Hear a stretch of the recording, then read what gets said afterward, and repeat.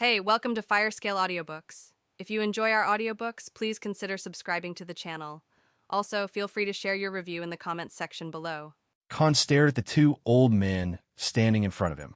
These bastards attacking you, and me finally finding them at the same time, is just a coincidence.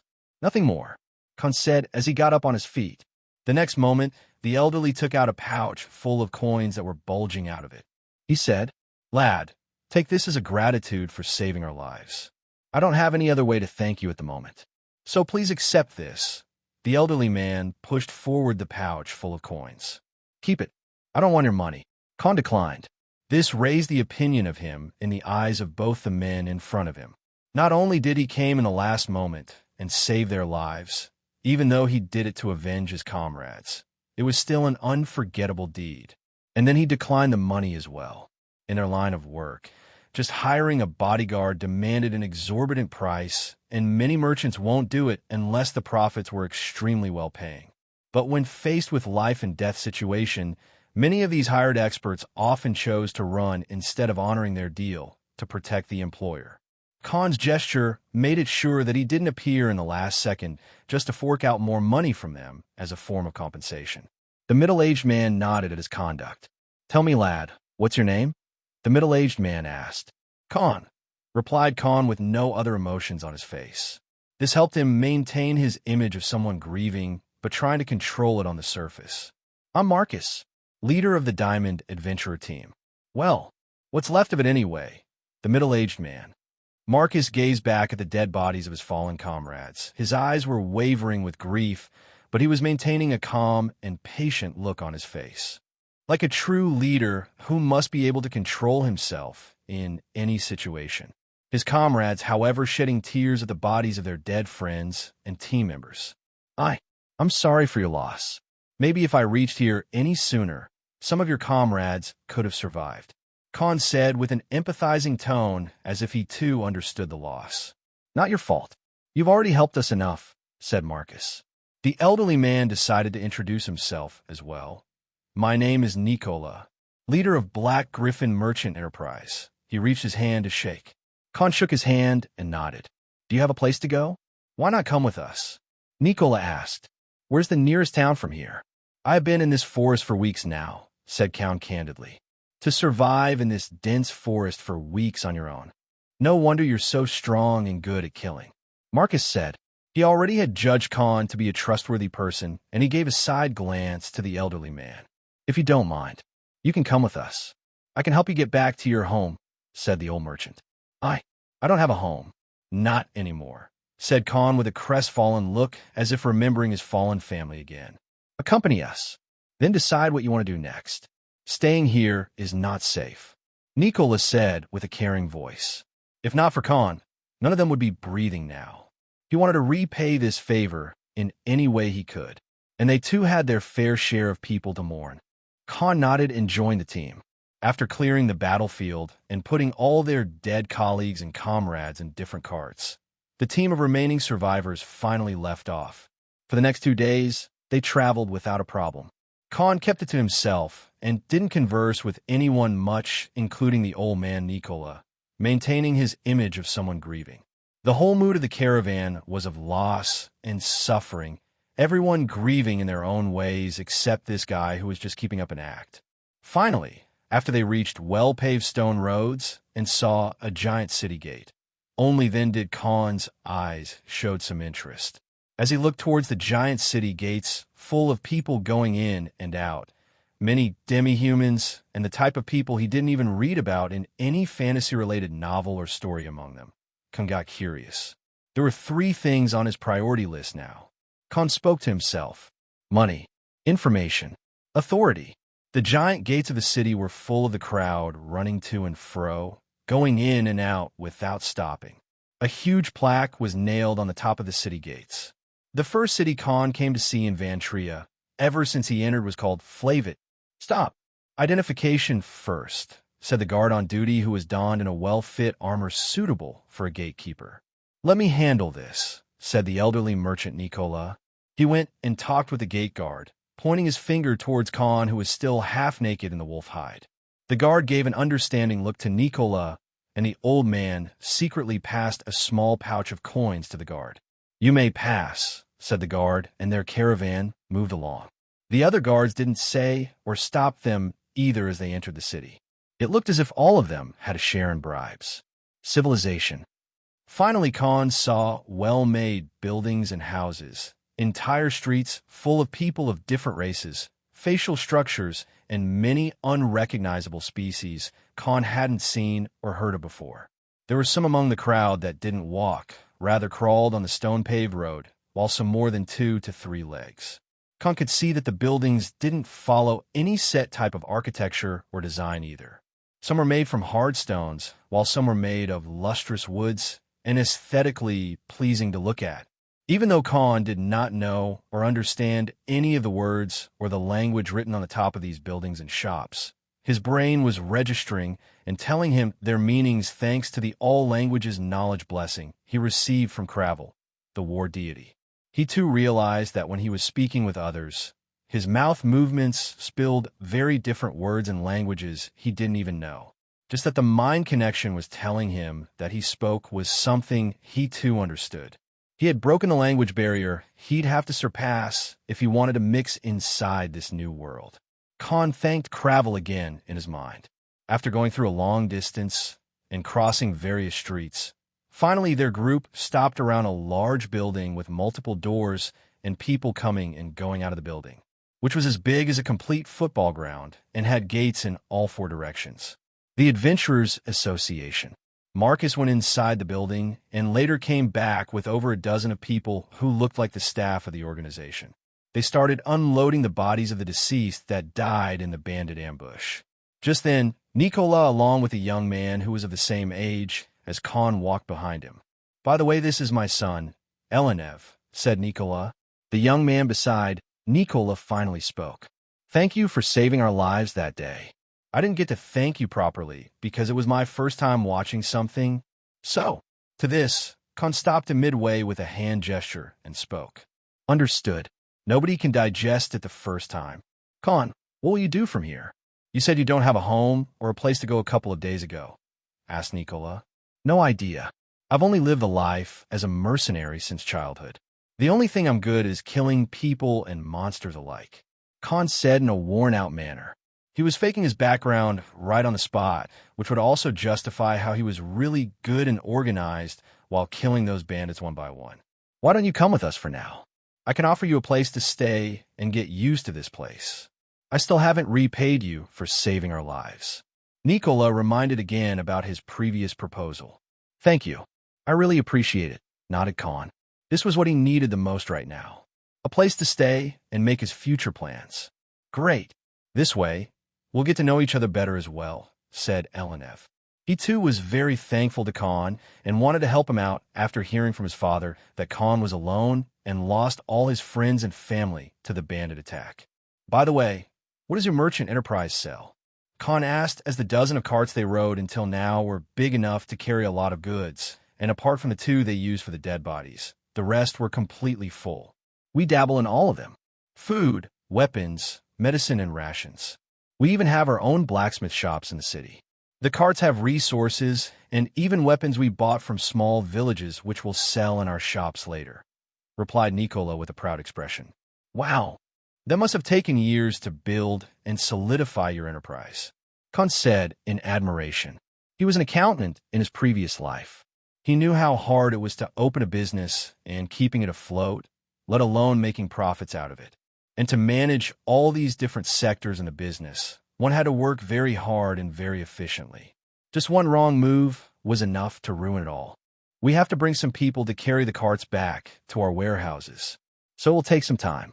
Why don't you take a look around the Adventurers Association till then, said Elenev. I was already planning to do that. I have some monster cores to sell. I'll make some money there as well. Clothes can come later, said Khan.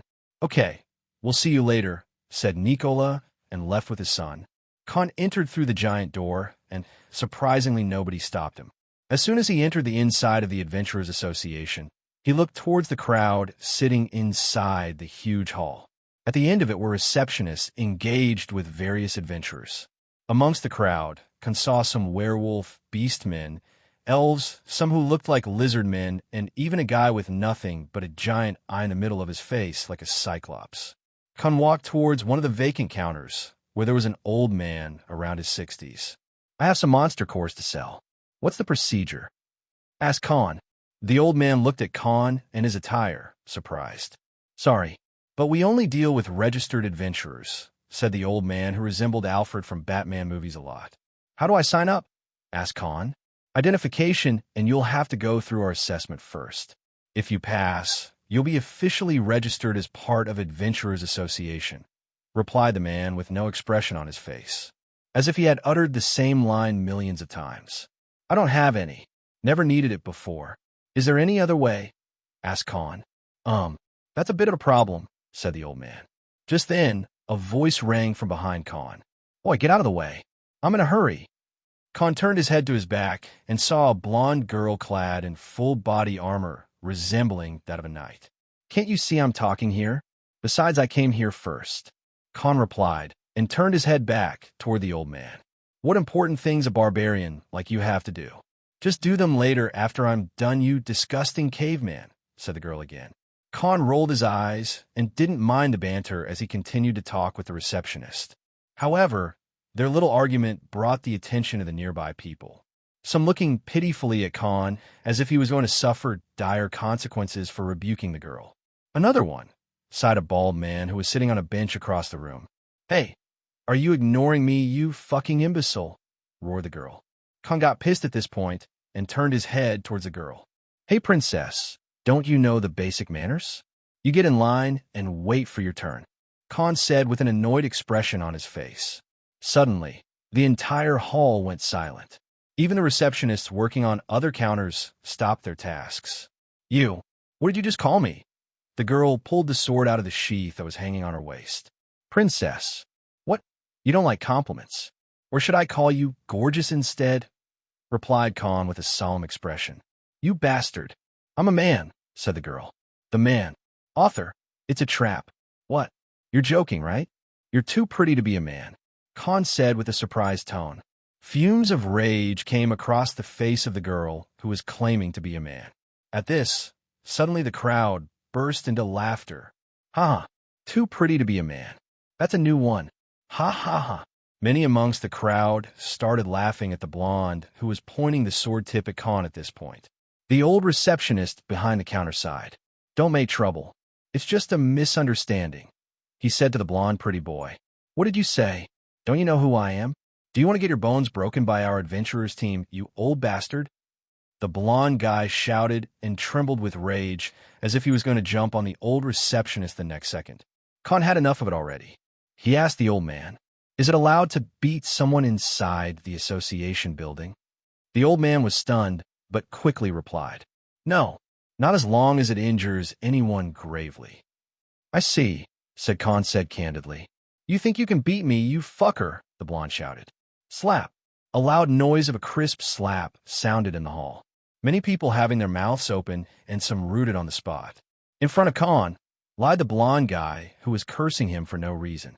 The blonde guy's left cheek was full of red finger marks, and he fell on the floor with just a single bitch slap. Get out of here before I get angry.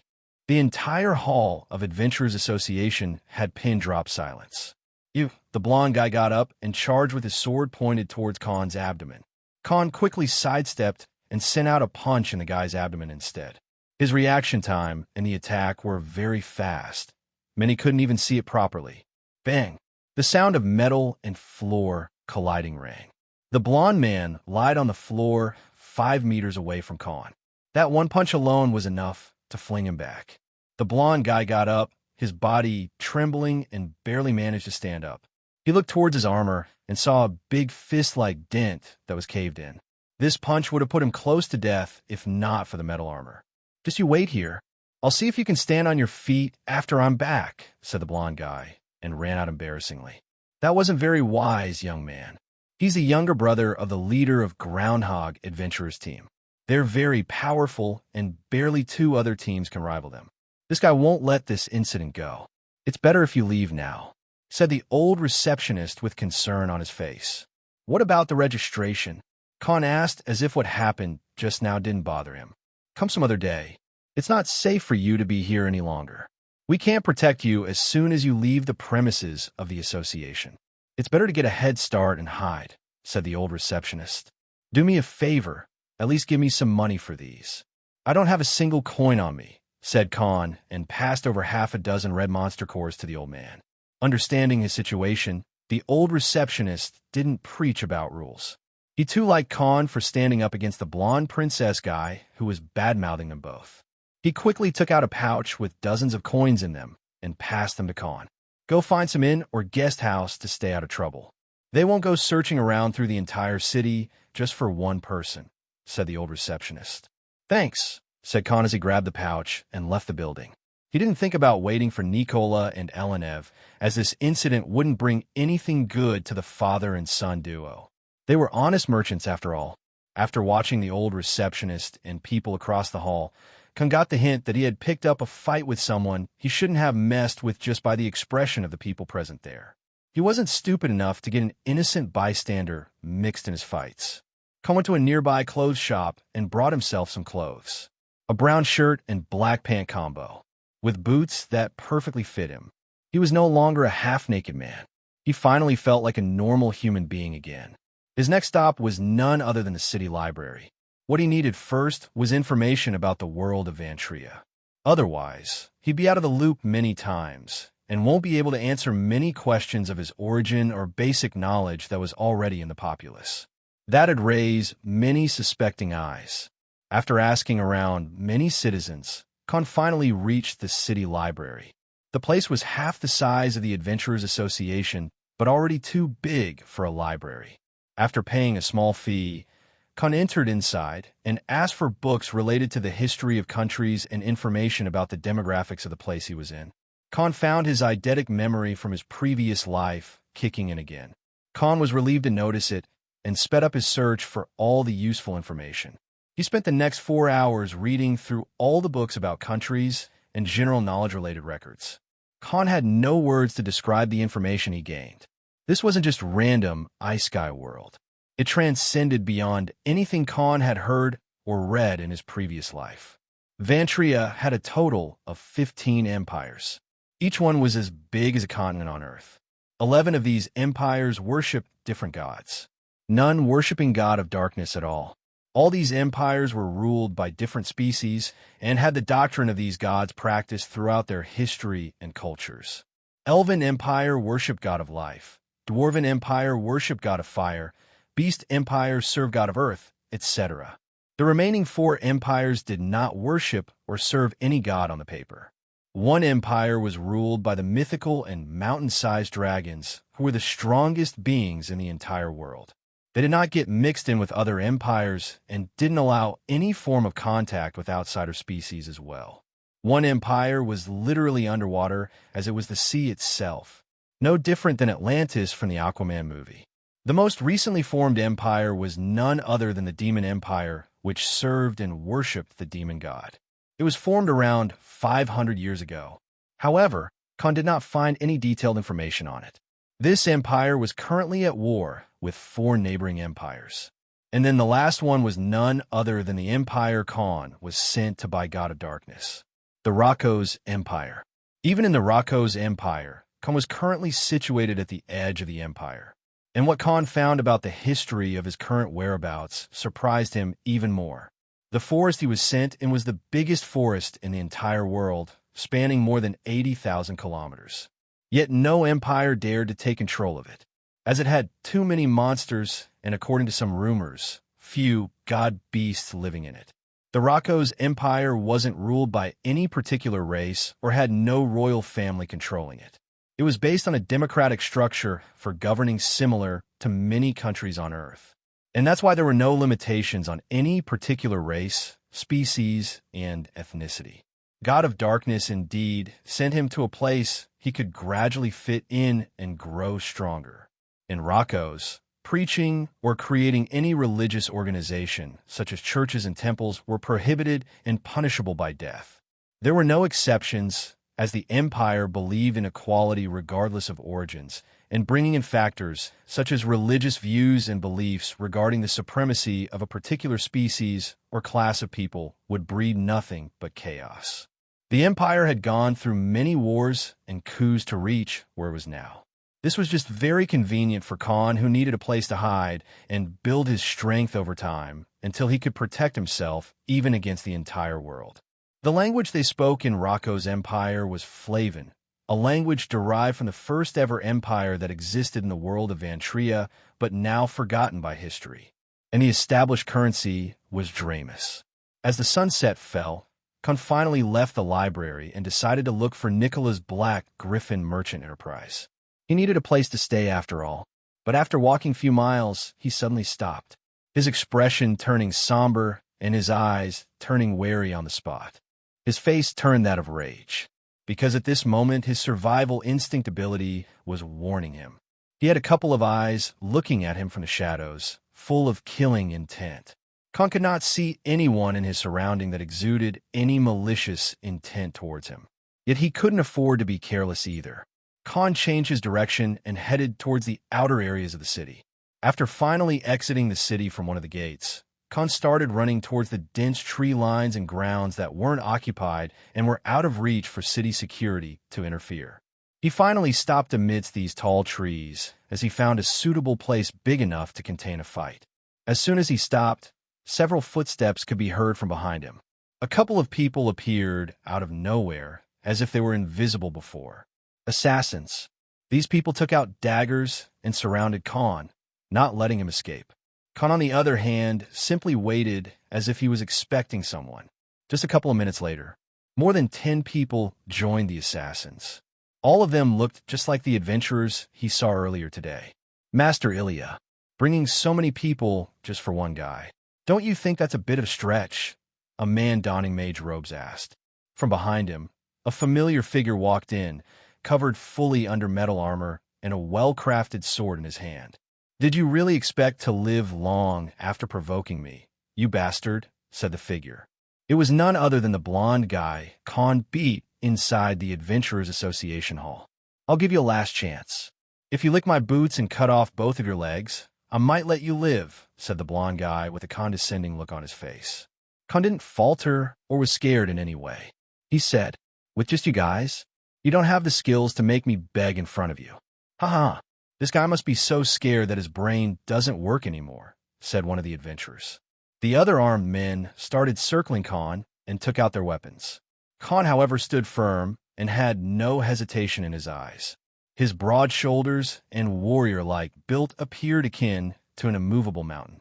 Can't you see that you're surrounded by us? Said the blond guy as he took out his sword and pointed it at Khan. Khan only smirked, his eyes full of murderous intent, as if he had already declared these people surrounding him as dead. Since he was out of the sight of public eyes, he had no reason to hold back anymore. War dominance. Khan released his war dominance aura and covered everyone in his 20-meter radius. A pressure strong enough to make a grown man fall on his knees was released from his body. Every single one of these men started shuddering in fear, their bodies barely managing to stand up. Some already fell on their knees and started looking at Khan as if they saw a monster. You don't get it, son. I'm not surrounded by you, Khan said as he walked menacingly towards the group of men, releasing his dense aura full of chaotic energy and killing intent as if a war god was looking down on all of the creations. You're all surrounded by me. In a desolate area surrounded by the dense tree line, a man was facing a group of people pointing their weapons at him. However, instead of running away and cowering in fear, the man walked towards this hostile group with an overbearing demeanor. Khan stared at the group that was surrounding him from all directions, but none of them dared to move a single step forward. Under Khan's war dominance aura, the group of Groundhog Adventurer team members shuddered in fear, and many had beads of sweat dripping from their foreheads. Now, which one of you wants to die first? Khan said as he kept releasing his chaotic and deathly aura. Khan's war dominance aura had undergone many qualitative changes after he hunted down many powerful monsters and absorbed their physical and innate skills. He had already merged few abilities under the war dominance blessing, give to him by the war deity himself. The current extent of this ability was far beyond when he hunted the pack of wolves and almost died on his first day in the forest. And Khan had also leveled up by many levels after eating the core of the legendary Somir. He was no longer a man who'd get surprised easily or react hastily, rather someone who always maintained a calm and calculated mind. That's why he lured these people outside of the city when they were pursuing him. This way, there would be no witnesses. No one. I guess I should go by my personal preference, Khan said as he gave a small smirk and looking around. Fireball, shouted the mage in the group, and sent out a giant fireball at Khan.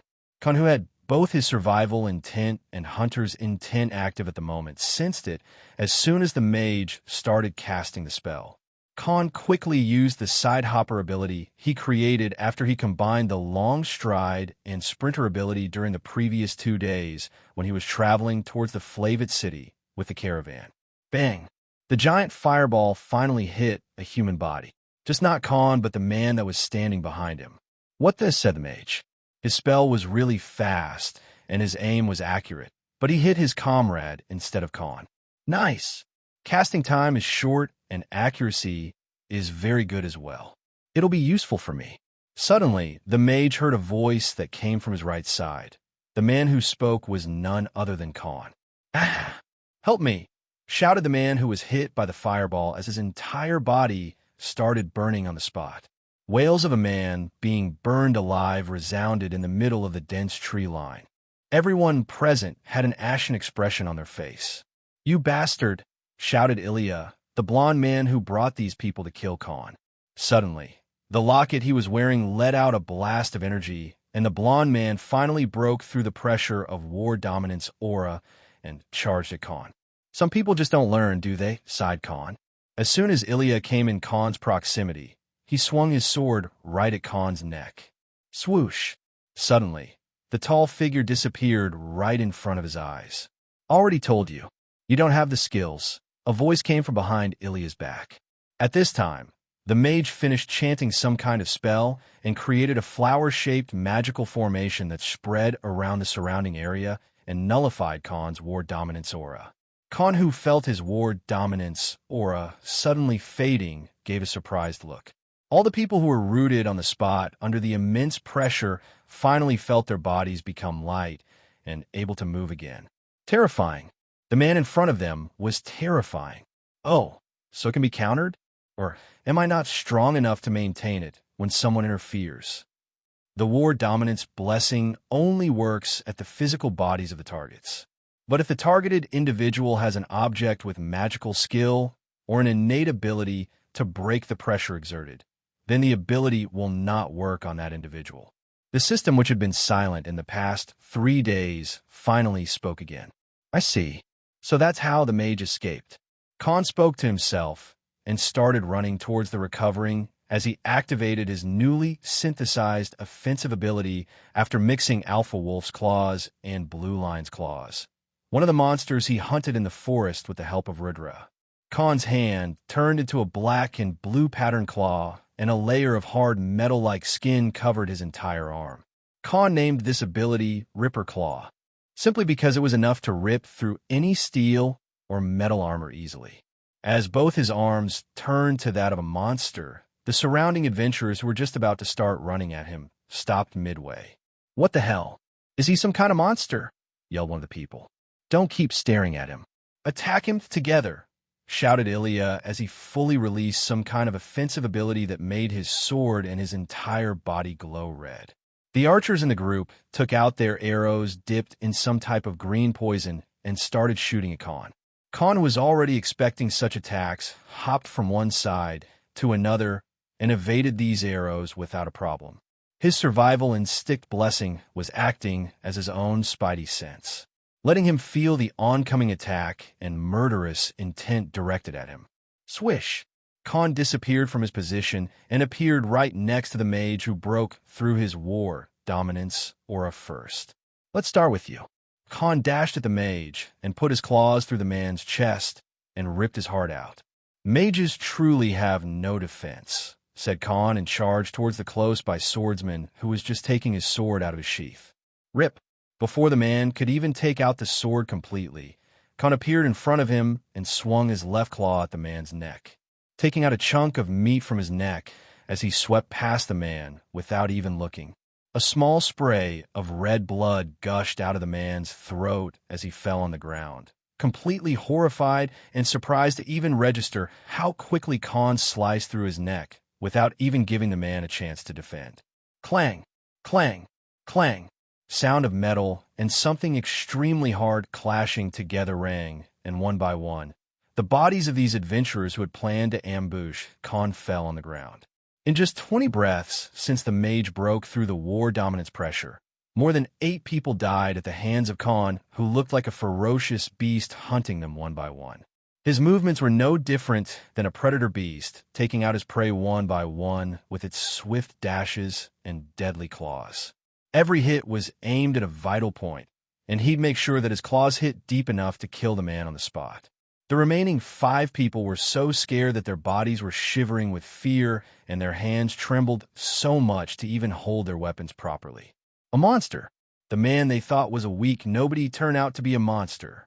His actions and the way he killed his targets were no different than the monsters these people often fought in forests or during their dungeon expeditions.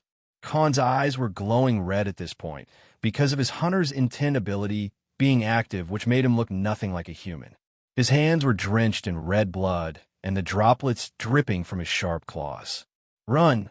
one of the men shouted as he ran for his life. Try to leave behind others before Khan could catch up to him. "Omega!" Khan shouted.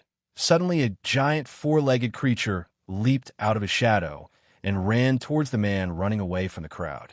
The dire wolf, who was the first subordinate Khan created, finally sprung up in action ever since they left the forest. "You, who the hell are you?" Ilya shouted, letting out a hoarse voice as he was barely able to accept this turn of events. This was supposed to be the other way around. He was supposed to cut Khan piece by piece and watch him cry and beg for forgiveness as Ilya tortured him to death for offending him in front of all those people in Adventurers Association Hall. But the scene in front of him was the complete opposite of what he dreamed of. Rather than being the hunter, they were the ones being hunted. "Do you really want to know?" asked Khan as he walked towards the remaining 3 men. "Yes, who the fuck are you?" shouted one of the men standing beside Ilya. "Well, what's the point in telling to someone who's about to die?" As the attackers stood rooted on the spot, comprehending the meaning of Khan's response, a loud voice rang behind their back. "Gaia!" Suddenly the men heard an agonizing yell that came exactly from the direction where their comrade had run off to. Just as they turned their heads back towards Khan, the man in front of them had already disappeared from their sight. "Above you!" A loud voice came, and the remaining men saw a man leaping in their direction above their heads. But before the 2 men standing beside Ilya could even react, their bodies were slashed vertically by 2 giant claws, ripping apart their bodies and their leather armor in 2. A gory scene of 2 mutilated bodies, having their torn entrails, bones, and mangled flesh lying on the ground in a puddle of red blood, took place in just an instant. Ilya, who was the only man remaining from the group of attackers, was trembling in fear as a stream of hot liquid leaked out from his crotch. Khan looked at Ilya, totally disappointed at the sight in front of him. At least the other men died with dignity. "Lou, let me go," said Ilya with an aghast expression on his face. Even uttering a single word was hard for him in front of the monster standing next to him. "And invite all the trouble of you leaking everything about this incident to everyone in the city? You think I'm stupid?" Khan mocked the man who thought he still had a chance to stay alive after everything that has happened. "If you kill me, my brother will find you, and your death will be very painful. He's one of the strongest people in the city. Nobody dares to fight him one-on-one," said Ilya, trying to weasel his way out using his mighty brother's reputation, who was the leader of the Groundhog Adventurer team. At this, rather than thinking about the consequences, Khan quickly grabbed Ilya's throat with his right hand and squeezed his sharp claw. He took away the sword Ilya was holding and threw it away with his left claw. "Don't worry. If he finds trouble with me, I'll send your brother to meet you in the afterlife." Khan whispered close to Ilya's ear and tightened his clutch. Ilya tried to wriggle his body and struggled to break free from Khan's claws, but in front of this ferocious monster, his attempts proved futile. The light in his eyes dimmed, and his body finally lost all its ability to stand. Dead as a rock, Khan threw away the lifeless body and wandered around his surroundings again, to see if he left any witnesses alive. Just then, Omega returned with his mouth and snout stained with fresh blood, and he threw the head of the adventurer, who ran towards Khan's feet. "Who's a good boy? You are." Khan smiled as he petted Omega's head. "Now, time for a small meal. You're hungry, right?" Khan asked as he started walking toward the dead bodies and put his hands on them. "Absorb." Khan went through them one by one and started absorbing all the useful skills of these ambushers. Truly pathetic. Khan snorted as he finally finished absorbing the skills and abilities of the dead people. Apart from the assassins and the mage, none of these idiots had any useful skills. Khan said furiously, as if all his efforts in killing these people went in vain. "System, show me all the skills and abilities I gained just now." Khan commanded. Host has learned the following abilities: Stealth D rank, Fireball C rank, Fort Wall D rank, Shooting Accuracy D rank, Mastery in Close Combat Techniques raised. The host has unlocked the following combat skills: Vital Strike, Dash, High Leap, all the abilities 20% mastery at Master rank. Useless. The way these guys were acting, I thought they'd at least have some decent skills. Khan sighed as he started ripping apart the bodies of these men and took out their cores situated inside their hearts. Garbage. Khan almost threw away the core he held in his hand, because unlike the bright red cores he got from hunting even the most normal monsters in the forest, the cores of these adventurers were very dim and didn't even give any shine at all. Khan could easily tell that their cores were very weak, not even worth taking a glance at. "Omega, eat them up. Make sure to tear their limbs with your fangs and claws. And the cores are all yours as well," Khan said, as he didn't want to leave any traces that'd lead suspicions at him, because sooner or later, these dead people would be declared missing and someone would investigate the matter. And eventually, they'd come looking for him, as he had a small quarrel with the blonde guy in front of so many witnesses in Adventurers Association. That's why he only attacked these people with his claws alone, without using any weapon, and told Omega to rip apart their bodies while he ate them, so that it would look like these people were killed by some strong monster inside the desolate trees. No one would suspect a thing. Khan couldn't even loot their weapons or any money these people had on their person, as that too would arouse suspicion and eventually create unnecessary trouble for Khan. He was no noob like those reincarnated MCs who made these rookie mistakes and left a trail behind. Khan waited for 20 minutes as Omega was having a hearty meal of blood, flesh, and cores. After he was done, Khan ran through the woods and went towards the direction of the opposite gate instead of the one he exited the city. Even with his sprinter ability, it still took him an hour to reach the other end of the city. He was back to the exact gate where he entered the city the first time. Khan got in the queue of the people going in, and as his turn came, the city guard stopped him. "Identification," said the same city guard from the morning. "Brother, I don't have one. I lost all my belongings a few days ago," said Khan sheepishly. "No identification, no entry," said the guard in an upright manner. "Why don't I tell you my terrible experience 2 days ago, if you have the time? We can talk there in the corner," Khan said in a hushed voice. The guard gave him an understanding gaze. He signaled another guard to take his place as he walked towards a corner away from the gazes of people. Khan pulled out the money he got from selling the monster cores this noon in Adventurers Association. The pouch was even twice the size of what Nikola had gives the guards this morning when they entered the city. "Brother, I hope you can ignore my sorry situation. Here's a small gesture of goodwill for your kind and understanding nature," said Khan as he tucked the coin pouch in the guard's pockets. "I see. You're a very generous person. It will be too heartless of me to leave a man like you outside of city walls which aren't safe at night," the guard said with a grin on his face as he filled up the big pouch of coins. Khan nodded and entered the city again. He had to find the Black Griffin Merchant Enterprise now, as it was the only reliable place he could stay at. Khan bought another set of clothes and boots from a store and threw away the old ones in a sewer, so no one could recognize him from the clothes either if there came a time of some unknown witness linking him to the murder. This time, Khan bought a white shirt and gray pants with reddish boots. He strode around the city as it was already getting dark. Since he was still new to the city, he had to ask many people for directions. After another hour of painstaking search, he finally stood in front of the Merchant Enterprise building. Only now did he understood the extent of Nikola and Elenev's prestige, because the building in front of him was damn huge. 3 stories building which was no smaller than a castle. Plenty of merchants and common people, including many mixed-race humanoid demi-humans, were barging in and leaving out. As soon as he entered the building, he heard a voice. "There you are. I thought you won't be able to find our location," said Elenev with a bright smile on his face. "Yeah, I got lost a few times.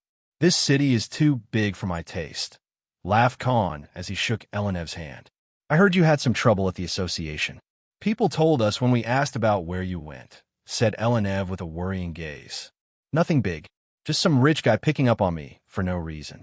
All matters have been settled already," replied Khan with a nonchalant face. After that, Khan and Elenev had a delicious meal in the private quarters of the Merchant Enterprise. Khan finally tasted some decent food, and not just roasted meat of monsters who always made him wary of having food poisoning. To Khan's surprise, the food was extremely delicious and full of various spices he never tasted during his previous life. He ate voraciously like a barbarian who was starving for weeks. This put Elenev in a complicated mood. Poor guy, he didn't even eat anything since the morning. He must not have any money on him either, thought Elenev as he looked at his savior who was straight up gulping down the solid food without even chewing it properly. After they finished their dinner, Khan was led to a nice room with decent furniture and, finally, a bed. Metaphorical tears dropped from Khan's eyes as he was finally going to sleep on a bed and not some tree trunk or leaves like he had in the forest. Elenev's chest constricted after looking at Khan. Poor guy. He probably never slept on a bed before, he thought as he imagined Khan sleeping on the ground and rocks. "Take rest and find me if you need something. My room is in the next wing. I'll see you tomorrow," said Elenev and left with a heavy heart. Khan closed the door of the room and jumped in the fluffy bed. This is life, he thought, and relieved all the tension he had in his body. Suddenly, a plan emerged in his mind. He let out a devious smirk as he fell asleep hugging the soft cushions and looked like a baby sleeping soundly. "Sorry, Nikola and Elenev, but I'm going to use you guys to earn a lot of money and reputation in the city," because the next day, he was going to become an adventurer. The gust of morning wind flew by, accompanied by the pleasant chirping of birds. A man opened his eyes and finally left the land of dreams to return back to reality. Khan opened his eyes and yawned. "Nothing can beat a real bed, no matter which world," said Khan as he finally looked outside the window. It was around 8 a.m., based on the position of the sun. Khan let another yawn as he tried to stretch his body. He slept like a baby for the first time since he got reincarnated. As he freshened up and took a warm bath first, he quickly left to meet Elenev. After searching through some rooms, he finally found the office and saw the young merchant busy tallying the ledgers and reports. "Do you have a moment?" Khan asked as knocked on the door side. "Ah, you're awake. How was the night?" asked Elenev as he chuckled a bit. "Best sleep I had in this life." Khan smiled and laughed. "So what are you doing?" he asked. "Nothing much. Just doing some run-ins on the profits and future consignments." "Damn, it's not easy at all. Segregating everything based on their type and dates is a pain. No wonder my old man left it all to me and assumed the command of shipping the materials." Elenev let out a sigh as he looked at the files and documents on his desk. This was just the beginning. There'd be piles of these things later during the day. "Need any help?" asked Khan. "Do you even know how to read?" asked Elenev. "Yeah, I have formal education. My uncle always made sure that I had enough knowledge about everything that can save me from being conned." Haha, Khan chucked. "Good. I, on the other hand, had to learn it all because I had to inherit the family business. Otherwise, I'd be a scholar roaming the world now, seeking and learning different places, their knowledge and culture. Only if things were different," Elenev said regrettably as he started imagining the different life. Well, we got to make do with what we have, Khan said as he started helping out in sorting the ledgers. He was an accountant in his previous life, so knew how to organize the records with their uses and priority. This surprised Elenev as he was still finding it hard to do it all efficiently. It had barely been a month since he started working in the merchant enterprise his father created. Till now, all his youth went into studying and lazing around, so he had had to grasp the things related to the profession. By the way, Khan, have you thought about what you were going to do? If you'd like, you can work for us as a bodyguard. You certainly have enough combat experience and fighting skills, said Elenev, as if this was something he had planned to ask a long while ago. I appreciate the gesture, but I'm not the kind to follow orders. Besides, I need your help, Khan said. I see. What can I help you with? Elenev got curious. He wasn't going to pester Khan since he was his own person. At most, Elenev could offer him a job. I need to borrow some money to buy clothes, some weapons, and some light armor. Khan replied. For what? Oh, I forgot that you were a mercenary. Elenev replied as sudden realization hit him. Those days are behind me. Now, I'm going to be an adventurer, replied Khan as he sat on the chair. Don't. Didn't you see what happened to us that day? Even though you're strong, you won't always make out alive. Think about it, carefully. Elenev said sternly, as he didn't want to see his savior hugging the goddess of death. Don't worry. I have my reasons. Besides, I don't know anything else to do anyway.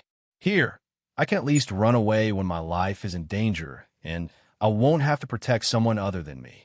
Khan said, his reasoning sounding logical. Fine, said Elenev, and started writing something on a yellow paper and then put on their enterprise's seal on it. Take this to our merchant shop situated at the 3rd Street on the left. Show this to the manager. He'll get you enough supplies, said Elenev as he looked at Khan helplessly. Thanks. I'll pay you back soon, said Khan and left the office. Following the directions, found the merchant shop and its manager. The manager looked like some kind of demon race type of demi-human. He had red stone-ish type of skin and 2 sharp and dark red horns protruding from his head. Khan could even see a small tail coming out from the manger's waist. Khan didn't ogle or look surprised at all. After absorbing the legendary Somir's core, Khan was always in control of his emotions, and his demeanor was that of a tyrant. You wouldn't see him acting surprised unless he wanted you to see him like that. After he handed the letter, the manager looked at him with surprised eyes, but didn't ask how Khan got the letter. He signaled Khan to follow him and showed him their decent collection. The manager then showed Khan many types of weapons, armors, and various accessories cased on highly protected shelves. Khan wasn't some noob, so he chose the most useful set first. He chose a black trench coat, which had small intrinsic gold pattern in the middle and on sleeves. Why black? Because badass protagonist rule number 3. All badass main characters wore black clothes. He then chose a gray jacket, which was made from materials similar to leather, just more sturdy and even lighter. The black pant Khan chose were very comfortable and sturdy at the same time. It wouldn't hinder his movements when he ran fastly at all. Then he chose hand gloves where fingers were exposed, but the grip was strong, like how people who went to the gym used. Next, he decided upon brown boots, which were made of some kind of monster skin, but also had a fully tactical design that prevented unnecessary sound while walking. After the clothes, Khan chose a fantasy-style double-edged longsword, which looked very big and heavy, but Khan lifted it with just one hand, as if it was a small knife. Author, it's not a Chinese longsword, but a medieval knight-era type one, just like Dante's Rebellion sword, for example. Khan then took 2 daggers, a belt, and a holster made for adventurers, which had many useful pockets and places to put small weapons in. Khan then moved to the potions and accessories section. He chose medium health recovery potions and poison antidote potions. Kano had read plenty of mangas where protagonists chose adventurer profession and do their shopping, so he wasn't wandering around like an amateur and picked what he needed the most. The antidote potions weren't for him, but to help others or use it on himself to appear as someone who'd need it after getting poisoned. Then Khan's finally found the most important thing of them all, a small space ring, used for storing up various things. Khan asked about the price, and his ears almost bled after hearing it. The space ring could only have 7 square feet of inner space in it, but the cost was already 5,000 gold dramas, currency of Rocco's empire. Khan knew that the letter Elenev had something like, let him choose what he wants, but Khan wasn't going to be that shameless. In the end, these guys had to make a living. So he chose the cheapest one with only 3 square foot of inner space. It still cost 2,000 gold dramas, as shown on the price tag. Based on his combat skills and personal skills he got from absorbing from his killings and his survival blessings as well. Khan chose to skip on enchanted ornaments and protection amulets. The manager stood beside him, showing no expressions on his face. Khan changed into his new clothes and equipped all the new gear, hung the huge long sword on his back, and finally left the merchant shop heading towards the Adventurer Association. As soon as Khan left, the manager grabbed his head and started pulling his horns. What the hell was this guy's problem? Even though the letter said he should be allowed to buy whatever he wanted for free, this guy shopped for merchandise worth more than 20,000 gold dramas. He wasn't being modest at all. Everything Khan chose was one of their best line of products. Even the small daggers were high-cost weapons because of their elemental attacks and runes engraved on them. The sword itself was made up of mithril, one of the strongest metals in the world. It could even withstand the weight of an entire house, made by their best Grandmaster rank blacksmith. The long trench coat had a magical defensive barrier that could save you from a fatal attack. It will stay stainless regardless of how much dirt you play in, and won't wither in different weather and seasons for at least a decade. That was part of rare magical clothing bought only by high-ranking military officers and rich nobles. On top of that, he chose the gray jacket, which was made from one of the most costly materials and had very high defensive strength. It could easily stand against a direct thrust from a sword or a dagger. The boots were made up from wyvern hide. They could even withstand extremely high temperatures and would even help a person walk on lava for a few minutes. A truly great work of craftsmanship. The low-grade recovery potions were very hard to make even by expert alchemists, let alone a medium recovery potion. Let's not even mention the space ring Khan bought. That was hard to come even in a prestigious merchant enterprise, as theirs as space magic artifact refiners were very rare, and these rings rarely appeared on the market. This guy robbed them of half a month's profits. But to make matters worse, he appeared as if it was him being considerate and not buying too much. This wasn't some modest shopping. This was daylight robbery. And in their case, the manager was showing their most valuable products with a smile on his face to the robber himself. Oblivious to all these facts, Khan looked like he was very humble and hadn't taken advantage of Elenev's kindness. He finally reached the Hall of Adventurers Association. Khan let out a small sigh and said, "Time to make some money." Khan walked inside the Adventurer Association Hall to register as an adventurer. Why did he choose this profession? Because it was his current best choice. Mainly, it will allow him to enter regions such as forests and dungeons where he could hunt for monsters and increase his strength by absorbing their skills and eating their cores. Also, no one would be asking questions about what he was doing in such places if he was a registered adventurer and had an ID with him. And this was also a quick way to make money on the side, as working as a bodyguard like Elenev had suggested would restrict Khan in many ways. Plus, his income would be limited, and there would be times he'd have to be escorting people or acting as security, which would be a total waste of Khan's time. Even though the Flavit City was the best place for Khan to build his strength, he won't be staying here long and would eventually leave for bigger cities and places where he could gain more power and authority. This city was going to be his first step in his journey. Coming back to reality, Khan noticed that many people sitting in the hall were looking at him with surprised gazes as if he had something they desperately wanted. Khan paid no attention to the greedy gazes and walked towards the receptionist counter. Exactly towards the same counter he went to the previous day to sell the cores. As the old man watched Khan coming towards him, he instantly recognized the young man and adjusted his glasses. But then he was startled after noticing Khan's attire. What the? Did he rob a bank or something? The old receptionist asked himself. What are you doing here again? Didn't I tell you to hide somewhere for a few days? Those people from the Groundhog Adventurer team might be still looking for you, said the old man in a worried tone. If they want trouble, I'll give them one. Besides, I'm not the type to hide in fear from anyone, Khan said as he rested his right arm on the counter, leaning towards the old man. Anyway, I'm here for my adventurer's license. You mentioned I have to take some kind of test, right? asked Khan as he remembered yesterday's conversation vividly. Ah, young people, always thinking too highly of themselves. The old man sighed as he took out some documents and gave them to Khan. Fill these up and deposit 20 silver dramas for the test, said the old man as he passed on the documents. Understood, said Khan, and went to a vacant table to fill in his information. He wrote made-up details which were essential for approval and returned to the counter. By the way, what's your name, old man? Asked Khan. It's Malcolm, and stop calling me old man, or you'll never get your registration done, said the old receptionist with wrinkles on his forehead, as if he hated being called an old man. Okay, I got it. So what kind of assessment do I have to go through? Asked Khan curiously. Nothing much. You just have to fight and last for some time against one of our instructors. They will also decide whether you're qualified enough to do work as an adventurer like hunting in the forests or dungeons, and even work as a bodyguard for commission, explained Malcolm. I'm ready when you are, replied Khan in a carefree manner. Follow me, said Malcolm, and took Khan to the inner side of the hall, and then they entered towards a small training grounds within the association building. Khan saw more than a dozen of people doing weapon practice and magic chanting practices under the instructions of people wearing the association uniform. These were obviously the instructors. As they neared towards an open arena made specifically for combat practice, Khan saw many people queued up in a line. Where's Alvin? Malcolm asked the nearby instructor.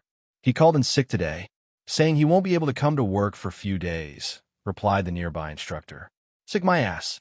He's probably still in a brothel and drinking even more booze to get over his hangover.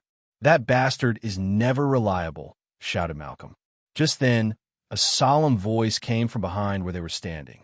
Since Alvin is out, what if I do the testing today? Said an old man who had completely long white hair and a short beard. He appeared to be in his 50s. Arkham, you? Never mind, just go easy on the kids, said Malcolm as he shrugged his hands helplessly. The other people around, Khan, who also came for the assessment, started cursing under their breath. Khan, who had extremely accurate hearing even for a long-range thanks to one of the abilities he absorbed from a bat-like monster, clearly heard everything they said. We're so screwed. This guy never holds back in a test. We had chances to pass in front of Alvin, but Arkham never approves of anyone, said one of the men. Who's he exactly? Khan intervened in their conversation. Don't you know? That's Arkham Holland, the A-rank adventurer who is also a Grandmaster rank magic swordsman. He's one of the 3 strongest adventurers in the entire city. To get him as the instructor for our assessment is like hitting a stone wall with a pebble. Only God knows if we'll be able to pass this time, replied the man as his back arched like an elderly man. To this revelation, Khan felt very different compared to the others, because unlike them who were worried about failing the test, Khan's eyes were full of joy and expectations, because he would get a chance to fight a Grandmaster-level swordsman, which will help him improve his weapon mastery. Khan understood, just for what the other guy told him, that Grandmaster-rank swordsmen were very rare even for a city as big as Flavit City that was no smaller than big metro cities from his previous world. So naturally, this encounter would be a very rare chance to learn from an expert. Khan queued up in line as Arkham took a wooden sword from the weapon stand and started the tests. Khan was standing last in the queue and tried to get a good look at the combat test. The old man Arkham held the wooden sword with a benign smile on his face, looking like a completely harmless elderly person who would even struggle to cross the street. But just as soon as he started, Khan's eyes widened with surprise, and his survival instinct started alarming inside his head. Unlike the other people standing in a line, Khan could feel the aura coming out of Arkham. This gave a sense of dread to Khan as he understood that the man in front of him was no joke. Just the aura he gave was more than enough to suppress Khan on the spot, who was at the end of the queue. Arkham, who was waiting for the first examinee to attack him, suddenly squinted his eyes and looked at Khan without making it obvious to notice. He could feel Khan trying to gauge his strength. As soon as the first examinee charged at Arkham, holding his giant axe, and swung it with full force, the old man simply took a step back and avoided with a hair's breadth. Shock. Khan was completely shocked. To someone without keen senses, this looked like Arkham barely managed to survive the attack, and luckily dodged it, But Takano had his reflexes and senses reached to a level beyond normal people. Everything was as clear as water. Arkham didn't move to dodge at all. Rather, he was allowing the giant axe to pass close to him. It wasn't that his reflexes were weak. Rather, he was holding back his original speed to make it look like the attacker barely missed the old man. Khan kept staring at Arkham with an ogling gaze. This man was a true expert. In the next second, the examinee swung his axe at Arkham's head, trying to land a fatal hit. Just as the axe came close to Arkham's face, he quickly flicked his wooden sword, and the entire direction of the swinging axe was changed in just a second. The axe landed on the ground with full force, the wielder also losing his balance and stumbling on the ground. Just as he tried to lift the axe again and move to attack, the wooden sword already landed a hit on his neck. "Fail," said Arkham with solemn eyes. The examinee hung his neck in embarrassment and left the training ground. "Next," shouted Arkham, and the test continued. And, just as Khan had expected, not a single one of these examinees managed to last in the test for a minute, let alone land a hit on Arkham. Let it be a close combat class or a long-range attack class like mages and archer. None even came close to make Arkham move more than 10 steps before he took them out effortlessly. Finally, Khan's turn came, and he entered the training ground. He didn't stand on a ceremony and took out his new long sword, which was no shorter than 5 feet or maybe even longer. He held it tightly in both his palms, settled his footing, pulled the sword hilt close to his chest, and pointed the sword tip at Arkham as he took a defensive stance. Khan looked at the old man with determined eyes and said, "After you."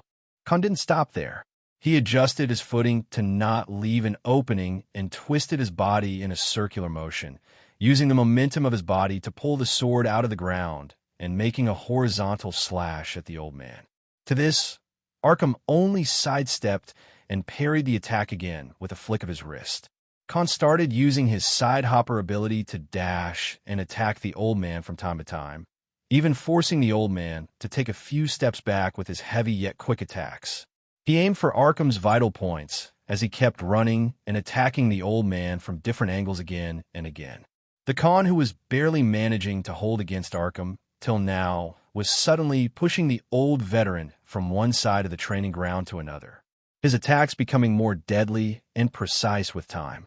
The audience watching this battle, however, was completely silent, many not believing their eyes and some dismissing what they were seeing in front of them. The well-renounced and greatly experienced veteran adventurer was being pushed back by a newcomer, even though it was only a test, and Arkham was allowing the new guy to attack him. Actually landing a hit on the old man and even pushing him few steps back was something none of them had ever heard of in all their time in the Adventurer Association. Arkham, who was at the receiving end, was far more active this time.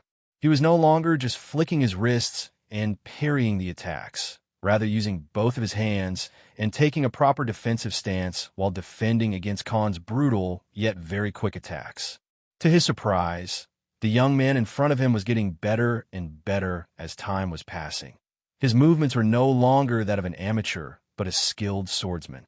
He completely got rid of all the unnecessary movements and force behind his attacks, and his hand coordination, while swinging the long sword, was improving as the fight went on. When Arkham came out of his daze, he finally noticed a bright smile on Khan's face as he kept defending. This guy was enjoying the fight? Arkham was caught surprised. Unbeknownst to all the bewildered gazes, Khan was becoming more joyful as he heard the system notifications in his head. Host has improved the weapon mastery for swords. Current progress, 67% at master rank. The host has unlocked the following combat techniques: pincer, stab, horizontal slash, vertical slash, streak. Arkham was simply stunned. He had seen many talented people when it came to swordsmanship, but never before had he seen someone like Khan who made so many drastic improvements just in a single match. It was as if the experience he was getting from their bout was unlocking some type of hidden talent inside the young man. Genius. He found a true genius. Stop. Arkham spoke with a slight smile and an approving expression on his face. "You pass," said the old man. The crowd was gobsmacked after the announcement. This newcomer passed a test conducted by the legendary Arkham himself. Were their eyes deceiving them? Khan stopped his attacks and put the heavy longsword on his back. He clasped both his fists together and made a slight bow towards the old man Arkham, like people did in Chinese martial arts novels, and said, "Thank you for your guidance." As soon as the test ended, the crowd gathered around the training ground roared in cheers. Everyone present there screamed their lungs out as Khan had finally broken the record by passing Arkham's assessment test, which didn't happen in the past 10 years. "Congratulations on passing your test, kid," said Malcolm, who came back a while ago after hearing the commotion. He had never imagined Khan being able to fight against Arkham for so long and already thought that there would be no one passing today. Khan gave a gentle smile and nodded in response. Then he glanced at Arkham and said, "It's because he wasn't even using half of his strength. If this was a real-life battle, I would have died in the first few seconds." Arkham smiled after hearing Khan's words. The young man wasn't a fool who'd let a little victory go inside his head. "Still, I didn't hold back with my attacks and speed in the end. Even though I didn't even use half of my original strength, you being able to withstand it with your current level of strength and skills is indeed worthy of praise," said Arkham, as he was very impressed with Khan's demeanor and the way he addressed the matters of the bout with nothing but the truth and boasting about himself shamelessly. "Of all the young swordsmen I've assessed till now, only you seem to have the ability to grasp the situation during the battle and quickly adapt your attacking strategy accordingly. That's very commendable. Tell me, boy, have you received any formal training before? Who was your teacher?" asked Arkham with curiosity. Khan looked at the old man Arkham, focusing his sight on any slight movements the old man might make. His survival instinct alert, and then he activated his hunter's intent. Khan knew that no matter how accurate his perception or survival instinct blessing was, if he didn't have enough reaction speed or strength to defend himself against a truly strong enemy, his life would be forfeited right on the spot. "You have some good senses, kid. Now let me see if you actually know how to fight," said Arkham as he took his first step towards Khan. Whoosh! Arkham's image flickered the next second, and Khan sensed an impending doom coming towards him. Clang! Just as the Arkham was about to hit Khan, the young man quickly used the sword to block his left-hand side, and finally, Arkham's figure appeared in front of him. Author, consider his sword similar to the one in the cover art of the novel, with a black hilt and guard. The surrounding people gasped with surprise. Even the other instructors were amazed, because until now, Arkham never used his speed to attack any of the examinees. He only parried and dodged them before landing a fatal hit with his wooden sword. But now he was taking the approach of the attacker against the young man. And to add more surprise to this, the young man actually blocked the strike that everyone standing there failed to see. "Nice sword," said Arkham, and he swung his wooden sword again. Khan was barely adjusting to the Grandmaster rank swordsman's extremely quick speed and attacks. Each strike looked very simple, but only Khan knew that Arkham was trying to either land a fatal blow or disarm him. Not a single movement from the old man was wasteful, and as Khan kept defending against these flawless strikes that followed a form of rhythm to them, leading his hand movements when he was defending against the strikes, Khan realized that he was being too overconfident of himself when he asked the old man to attack him first. "Is defending all you can do?" asked Arkham with contemptuous eyes, as if he was disappointed with Khan's skills. Ding! Host has improved the weapon mastery for swords. Current progress, 35% at master rank. The host has unlocked the combat techniques, defensive stance. Current progress, 15% at master rank. The system notification rang in his head, but Khan didn't lose his attention and kept focusing on the enemy in front. The rules said I'd still win if I lasted for a while against the instructors. "Don't try to goad me into attacking and give you an opening, old man," said Khan as he firmed his defensive stance and kept focusing on Arkham's movements. "If you think stalling for time will help you, then you're wrong. Let me show you the difference between our skills," said Arkham, and finally released his aura to the full extent. Boom! The nearby, surrounding, and everyone present felt an unimaginable pressure, as if a mountain was thrown on their shoulders as soon as Arkham revealed his killing intent. So the other examinees fainted right on the spot, while others slouched under this aura. Khan, who was the original target of this domineering aura and killing intent, was actually facing the pressure 3 times more than what others felt, his body having no strength to even move a muscle or even look the other way. Khan felt like he was nothing but a prey in front of a predator beast, a prey that didn't even have the right to fight back. Khan could feel his bones clattering under this pressure and his veins popping out. The old man, with a benign smile on his face, was a true powerhouse. War dominance. Khan activated his war dominance blessing and felt the pressure on him disappearing. Arkham, on the other hand, had a riddled expression on his face. He only felt some sort of slight aura from Khan before, but now, however, not only his aura was waning in front of the young man, but he too also sensed a form of threat from the young swordsman. Interesting. Very interesting, said Arkham as contained his aura inside him. Arkham again started attacking Khan from various angles, pushing him backward with every hit. However, Khan also tried his best to defend and maintain his footing against the heavy and quick attacks. His new sword possessing extreme durability and very easy to move with his current strength. Even though he was barely holding his end against Arkham's swift attacks, Khan had a joyful expression on his face. Because with every strike he was defending against, his weapon mastery and combat techniques mastery was increasing by a lot as he was fighting against a true expert. Arkham, who noticed this smile on Khan's face, felt irritated as the new guy in front of him was successfully defending against a skilled veteran like him. "I'll give you a chance to attack me. I will only defend. How about it?" asked Arkham in a playful tone. "No lies, right?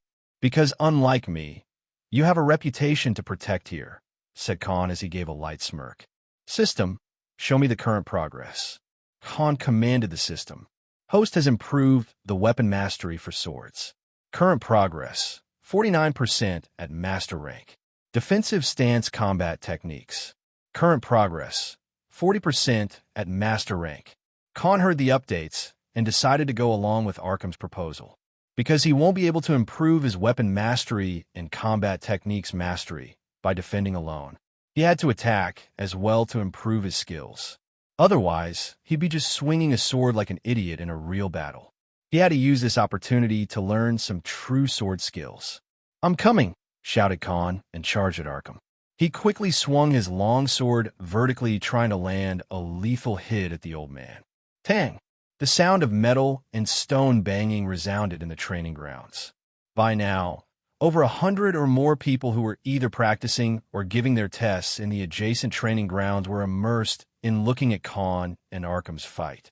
The newbie managing to last for so long against the famous Arkham, one of the strongest adventurers in the entire city, was a miracle to them.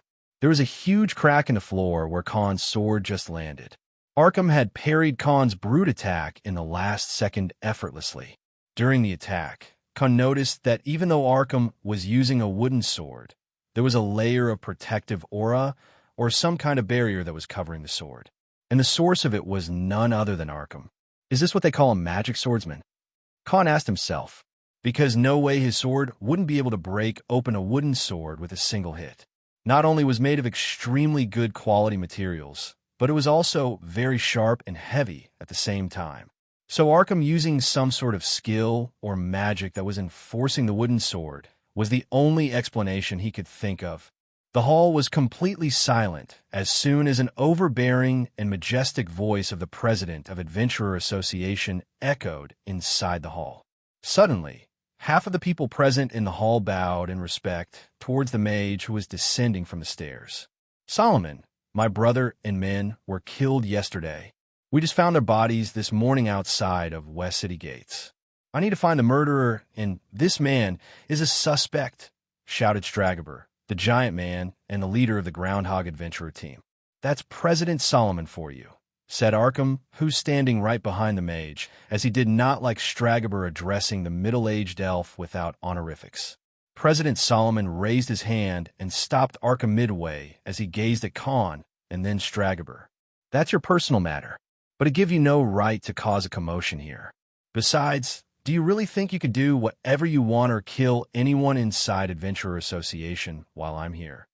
The mage elf said as he stared at Stragaber with no fear or any type of emotions in his eyes at all. "Or are you trying to say that you no longer acknowledge my authority?" asked the president in a gentle tone, trying to see the reaction on the huge man's face. I don't give two shits about you and your authority, Solomon. This man is a suspect of killing my men, so I'm here to take him in my custody and ask some questions, said Stragaber as he rebuked the president of Adventure Association right in front of hundreds of people. How dare you insult the president? Shouted Arkham as he put his hand on the sword that was hanging on his waist. His deadly, killing aura erupting like a volcano and raising the temperature of the entire hall by a few degrees. Then why isn't anyone from City Law Enforcement Hall or someone from Law Enforcer Squad here? Why is it only you and your team? Asked the Elven Mage. This question surprised everyone present in the hall as well. Why wasn't anyone from authority here to take Khan into custody if Stragaber only wanted the culprit of his brother and men's murder found? Or could it be that you don't wish to investigate by the rules of the law and just beat a confession out of the man without having any proof? Asked the president as he revealed the other side of the coin. This made sense to many because adventurers didn't have any right to make any lawful arrests or take someone for custody under the name of investigation. Don't try to twist logic with me. President, I'm only here to see the criminal brought to justice. What's wrong with that? Asked Stragaber with contempt in his eyes. Not only was he enraged, but he also wanted to kill the murderer with his hand. But Solomon's reasoning brought his intentions to light in front of so many people. Is that so? Then how about I and Arkham accompany you to Law Enforcement Hall then? We too want to see justice being brought to your people's murderer, said Solomon with a benign smile on his face. Khan, who was the main center of all the incidents, shuddered in fear as he saw the kind-looking elf mage smiling. Suddenly his survival instinct alarmed inside his mind, so much louder than when he faced Arkham or Stragaber today. His instincts telling him to run as far as he can. Behind that kind and gentle smile was an aura of absolute power. Is this man beyond the Grandmaster level? Khan asked himself in puzzlement. My uncle Vaesmir taught me some sword fighting skills since I was young, saying that we mercenaries must have enough skills and strength to protect others and ourselves, said Khan as he praised his non-existent uncle. Why the name Vaesmir? Because anyone who knew about Witcher franchise knew about Mentor of the legendary Geralt of Rivia. Vaesmir was the one who taught him everything he knew, so Khan found it reasonable to use that name and create a fake character for his fake background. That explains a lot. He must be a very experienced fighter, said Arkham as realization struck him. This explained why Khan had such a solid foundation and talent for the sword, as he received training from a skilled fighter since his childhood. Suddenly, Malcolm, who was standing on the side, spoke. Arkham, remember what happened with Marcus and his Diamond Adventurer team? It was him who showed up when they were close to losing their lives. He alone killed 8 of those bandits one by one, secretly and strategically. Marcus said if not for this young man, all of them would have lost their lives, including Sandra. So it was you. Thank you. You did me a huge favor. I'm glad to finally meet the man who saved my niece's life, Arkham said as he ruggedly shook Khan's hands. Who's Sandra? Asked Khan as he scratched the back of his head. Malcolm replied quickly. The mage girl who survived the ambush thanks to you. Khan, who had the eidetic memory, quickly remembered the young mage girl who was fighting against the bandits that day. She was really good at long-range spells and aiding her allies during the fight. I see. Well, those bastards killed my clan members and my friends when we were out on a bodyguard mission. Just like Marcus and his team, we too were ambushed, and only I managed to survive. I was simply taking my revenge when I finally found them again, Khan said as he clenched his fist tightly. His face was full of sadness and regret. This took both Arkham and Malcolm by surprise. They didn't know anything about Khan's past till now at all, only that he saved the Diamond Adventurer team a few days ago. This made them feel empathetic towards the young man. Well, it still makes no difference. Even though you did it inadvertently, you still saved our people. If you need anything in the future, feel free to ask me, said Arkham as he patted Khan's shoulder.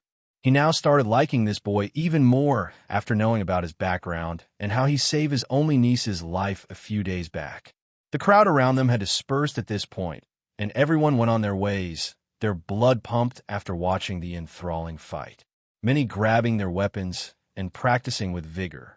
After leaving the training grounds and waiting for some time, Malcolm bought Khan's newly made ID card. Arkham had left already to report something to the management. Apparently, Arkham was actually the vice president of the Adventurer Association in Flavit City. Just as things were going nice for Khan after a long time, a group of more than 30 people entered the association hall. Their loud thuds of footsteps and weapons clanging against each other brought the attention of every single person present in the hall. The group of people looked extremely proud, domineering, and their hostile gazes landing towards the crowd as if they were looking for someone. This group of 30-plus adventurers consisted of many humans, some elves, half a dozen females, and few demi-humans. But unlike the majority of the adventurers Khan had seen till now, all the members of this group had very decent equipment, their attire matching to each other, and all of them had the same logo on their clothes. The Groundhog Adventurer Team. Finally, someone from the new group pointed his finger towards Khan, who was talking with Malcolm before. "That's him. That's the guy who beat young Master yesterday," said a thief-class adventurer. The group of people parted and created a path towards Khan's direction.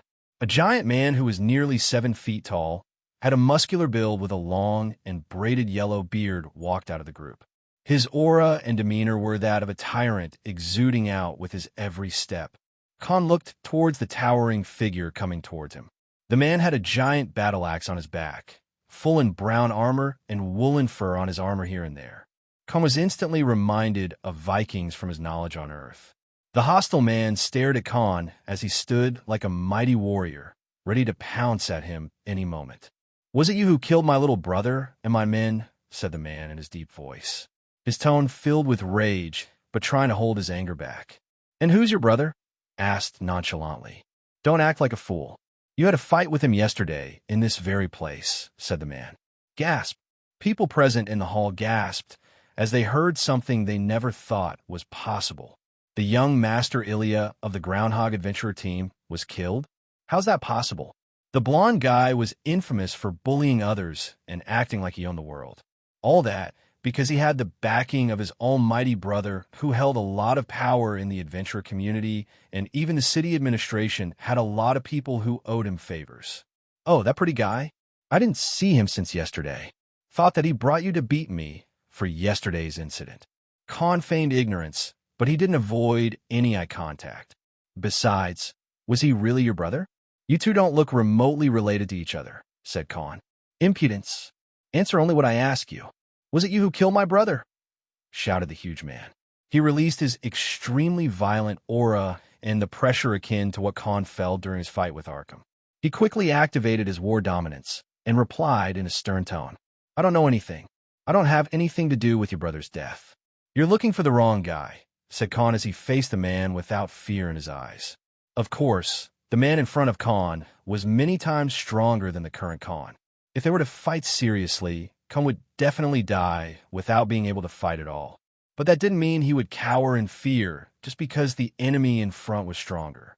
One day, he was going to fight the demon god. Compared to that godly being, whatever he was facing now would not even be comparable to ants. "Come with me to City Law Hall. We will decide whether you're lying or telling the truth," said the giant man. "Do you have any proof that it was me? If you don't, then stop wasting my time," said Khan in an annoyed tone. This flamed the anger of the man even more as he fully released his killing intent, and a yellow aura enshrouded his entire body. "Come with me willingly, or there will be consequences.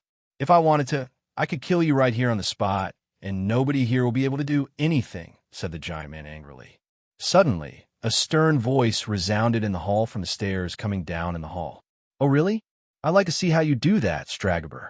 A slim-looking middle-aged elf, covered in extremely high-quality and well-designed mage robes, walked down the stairs as he intervened in the confrontation. And behind the elf stood Arkham. Malcolm, who was standing beside Khan at this moment, shouted in surprise, "President," because Solomon wasn't even releasing or directing his killing intent towards Khan at all. He was simply standing on the spot. Of all the people present here, only Khan, Stragaber, and Arkham could notice and feel the pressure of this aura. Rest were simply too weak to even notice that Solomon was releasing his murderous intent at the moment with a righteous smile on his face. Solomon noticed the gaze of Khan and looked towards him with an approving smile. "What does it have to do with you? Why are you interfering?" asked Stragaber furiously. "Well, the incident happened yesterday, and your brother also had a fight inside this very place.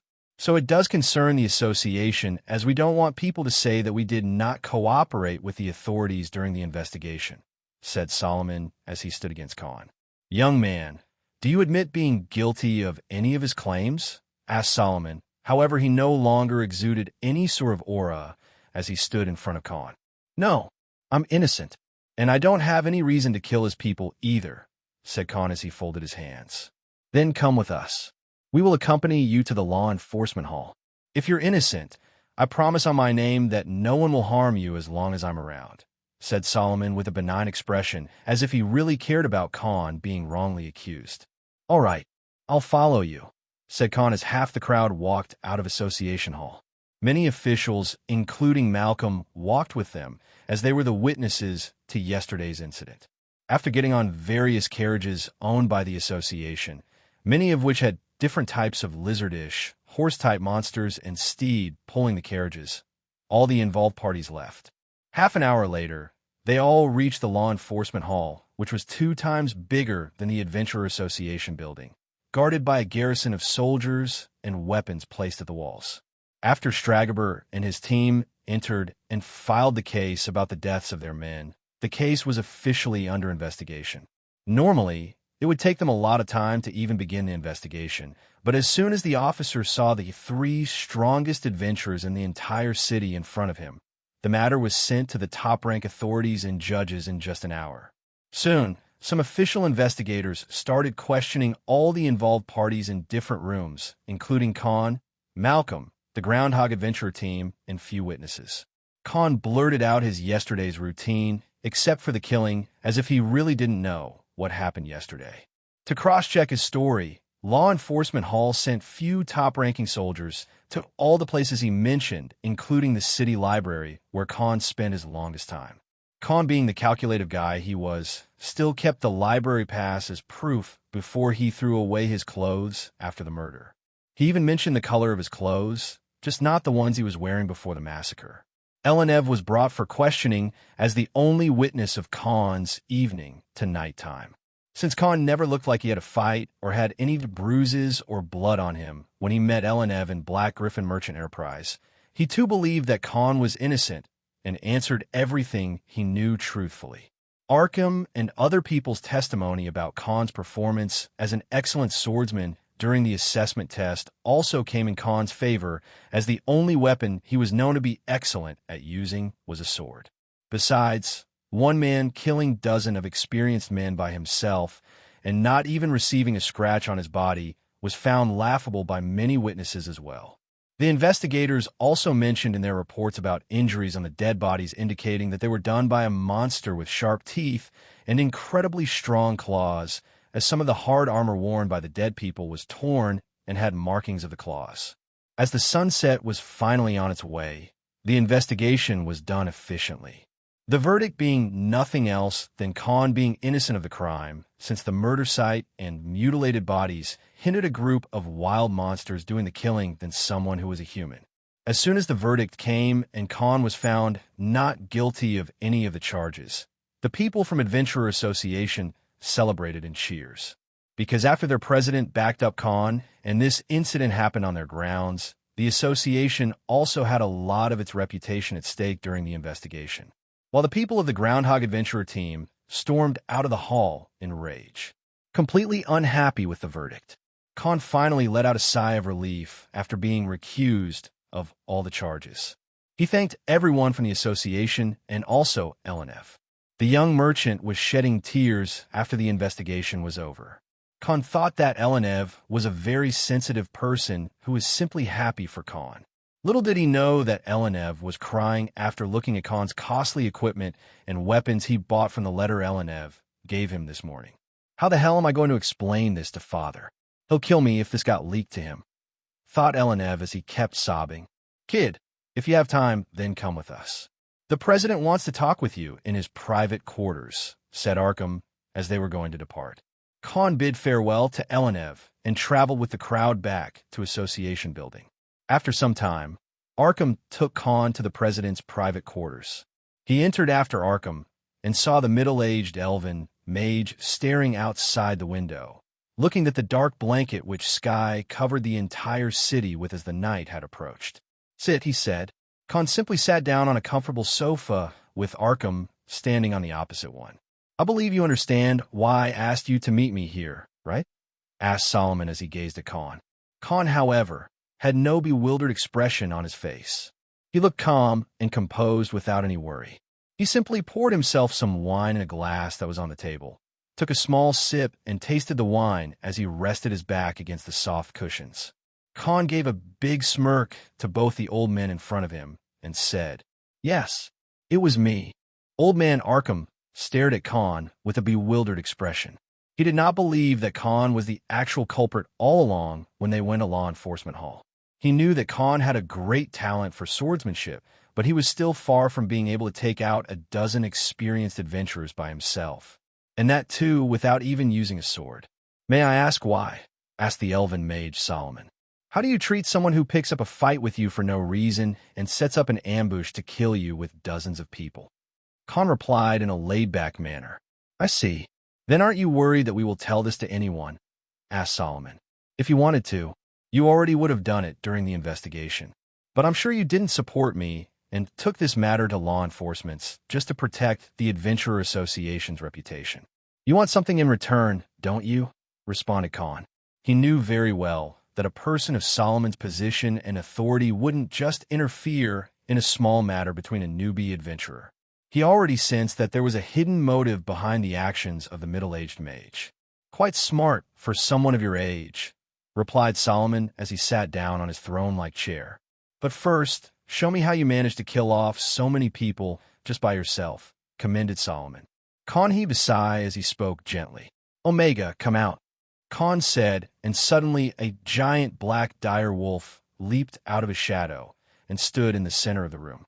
Arkham was caught off guard again. "A contracted familiar?" asked Solomon with surprised eyes. "Yes. I bet you sensed him when we were in the main hall.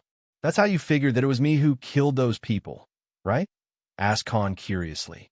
"Ah, yes, I did sense an external presence coming from you. We elves have a very high affinity to magic and natural energy after all." Solomon nodded. "But I didn't expect it to be a contracted familiar." "That's very rare, you know," said Solomon. This proved that Khan's hypothesis right. He had perfectly covered his tracks. Not even his footmarks were left at the crime scene. So the only way someone as strong as Solomon, still having their doubts about it, would be sensing the aura of his allies that were hiding in his shadow. "So exactly why am I here?" asked Khan as he wanted to get to the point quickly. "It's very pleasing to talk with smart people. You don't have to beat around the bush at all," laughed Solomon. But then his expression turned serious. "It's because of Stragaber. He's trying to become the next president of the Adventurer Association," he replied. Arkham, who also sat on the sofa placed on the opposite side, decided to speak in. "If it was through a proper election, we wouldn't be worried at all. But Stragaber doesn't want the position, but the power that comes with this position," said Arkham. "And what is that power you speak of?" asked Khan. "The power to control the city itself," replied Solomon solemnly. "How? Isn't this just an organization made for mandating adventurers? How can it make one have control over the city?" Khan asked curiously. "Let me tell you how," Solomon said, and took a small breath. Flavit City is surrounded by plenty of dungeons and borders the biggest forest in the world. Our city, despite being at the end of the Rocco's empire, actually holds vast resources. Let it be ingredients or raw materials you get from dungeons by hunting monsters or by hunting for monster cores in the forest. There is no shortage of resources and jobs that come because of them. The most sought-after profession in the city is being an adventurer. But thanks to our management for past 2 decades, anyone who isn't worthy won't get to become one. Because people die in this profession all the time, and we don't want idiots to lose their lives in search of fame and glory," said Solomon. From there, Arkham continued. "Dungeons periodically spawn magical monsters and beasts. The adventurers go there to hunt for resources and make money, which also keeps the number of monsters in check. But sometimes there's a surge in their numbers. So many that even the military can't contain them all the time. If they break out of their dungeons, there will be a chaos enough to wipe out the entire city. And hence, they seek help from Adventurer Association. And because of that, the association also holds a lot of importance and authority within the city itself. Arkham finished his piece. Stragaber sees this as nothing but an opportunity to make wealth and gain power. He has bribed many of our people, many influential military officials and nobles in the past few years. And if he is elected as the next president, he'll simply use the association for his own gains, make illegal dealings with the black market, and also have plenty of support in the city council. So you can imagine the power he'll hold over the city if that happens. Solomon said and finished the explanation. Khan was a grown-up man who had tons of experience in doing business and managing money in his previous life. He naturally understood what this entailed. Being the undeclared ruler of the city would grant you so much authority that even the officially elected people in charge of the city will have to bow to you. And let's not even mention the money and resources one will have at their disposal. Khan understood that Solomon and Arkham had the best intentions for the city, but he wasn't an idiot to blindly believe them either. "And what do you want me to do then?" asked Khan. Solomon and Arkham looked towards each other before nodding in unison. "Kill Stragaber's people one by one. Assassinate his connections in both association and the city council," said Solomon. "What?" Khan asked in disbelief. These old men wanted to hire him as a contracted killer. First, it was God of Darkness and Cravel who wanted him to kill the demon god, and now it was Solomon and Arkham who wanted him to kill Stragaber's people. Did he give some sort of Agent 47 from Hitman or John Wick type of impression that everyone who deals with him wanted to have Khan kill somebody? Don't play the fool, kid. We did some research on you. You're extremely talented and experienced at killing people and have great combat capabilities even without using a weapon. Plus, you have this familiar as well. Rather than trusting someone who could be a spy planted by Stragaber in our circle, we'd have you do it. Besides, weren't you a mercenary before? Killing for money shouldn't be a new thing for you, said Solomon. Why not do it yourself then? Besides, both of you are many times powerful and stronger than me.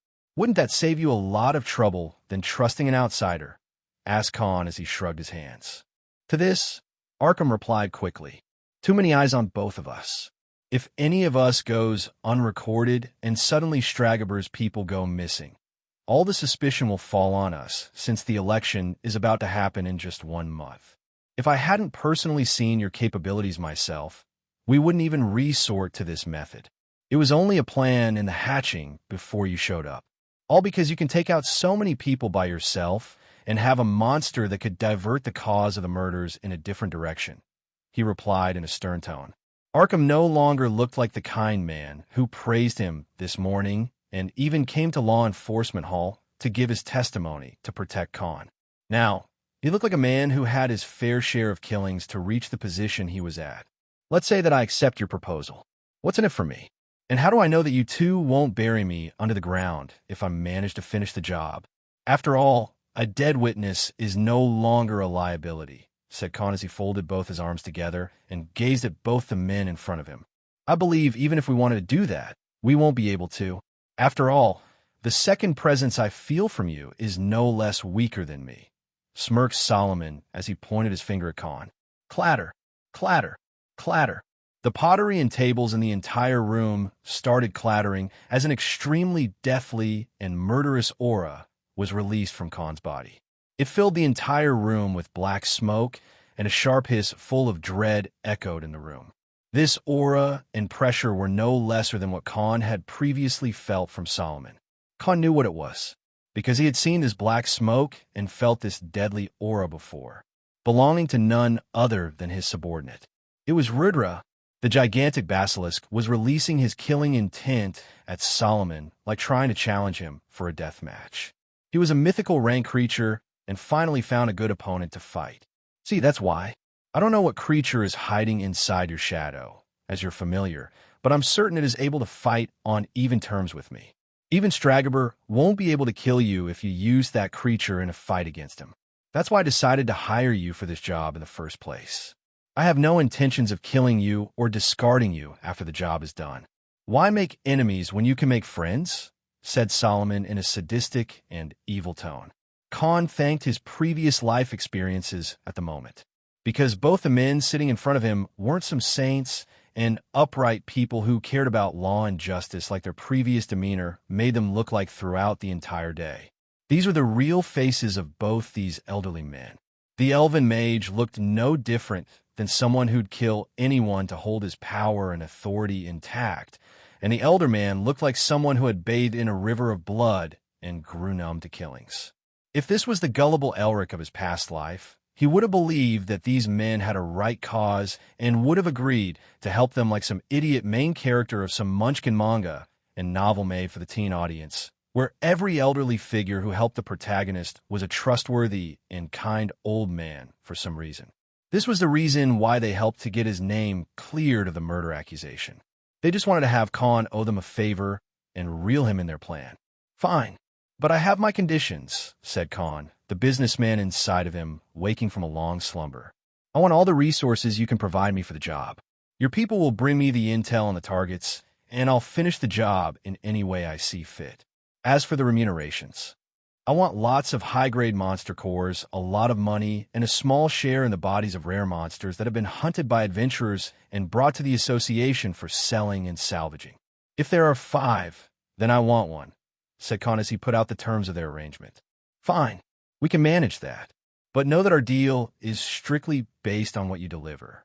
If you fail in your tasks, then the deal is off, said Solomon with a calculative expression on his face. Khan responded in hurry again, and one more thing. Now what? Aren't we already giving you a lot? Arkham asked furiously. To his loud voice, Khan replied gently. I want your strongest fighters in every job. Let it be a swordsman, a mage, or an assassin to train me. What? Why do I want to do that? Aren't you a swordsman? Asked Arkham. Obviously, it's to understand all my targets. Stragaber's people and the government officials you mentioned won't be some nobodies, right?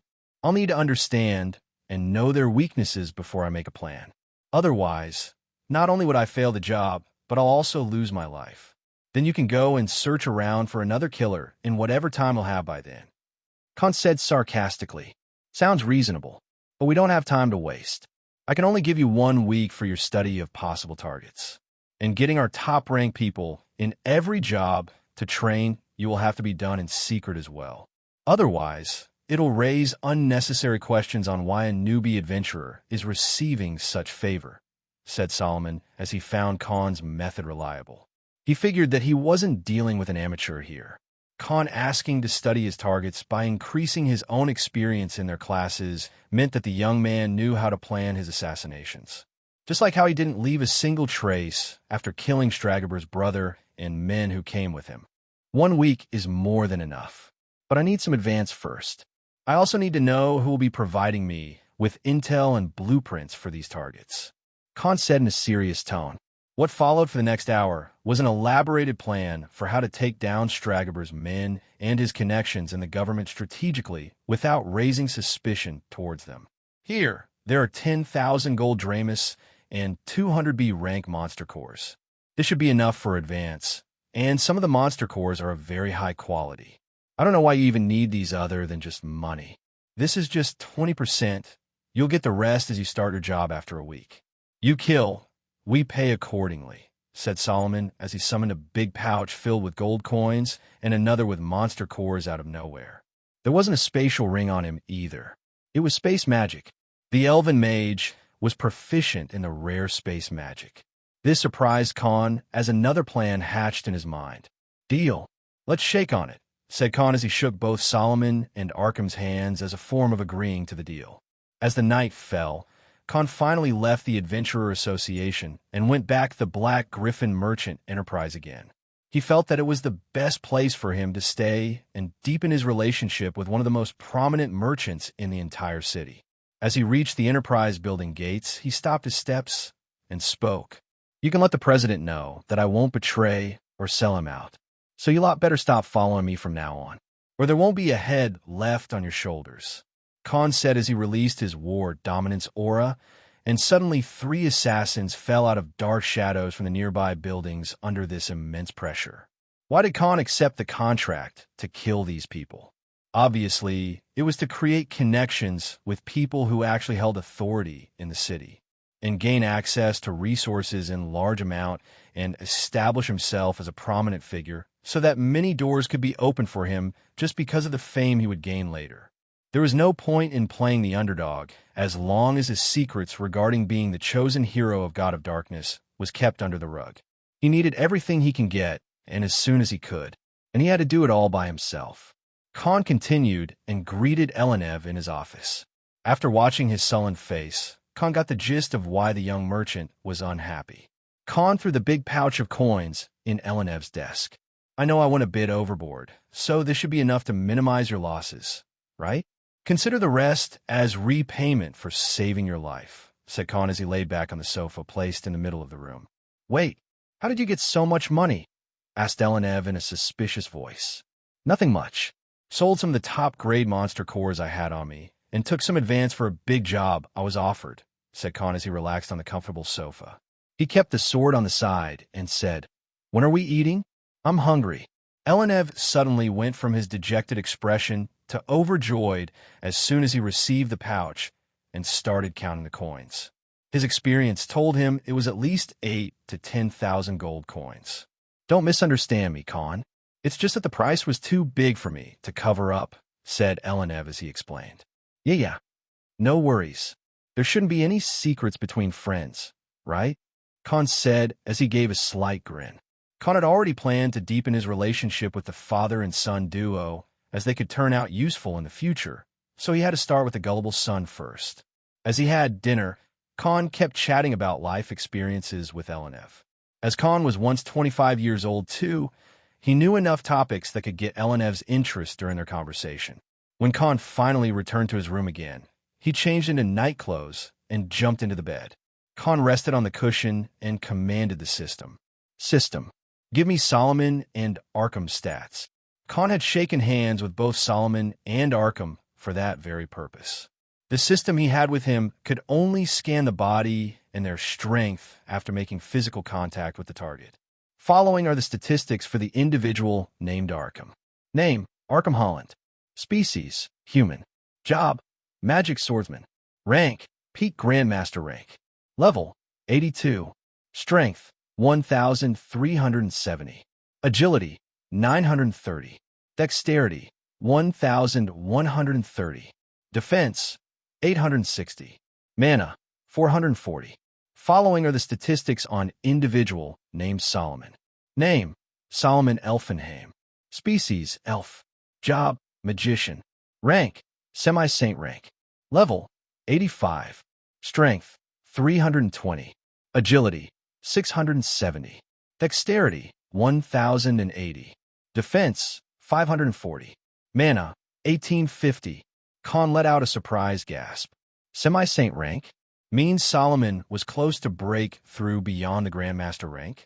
The middle-aged elf was much stronger than he thought. Khan realized that he was treading in murky waters today. He was pretty sure Stragaber was no weaker than Arkham either. If these people wanted to kill him, he'd be dead before he could even react.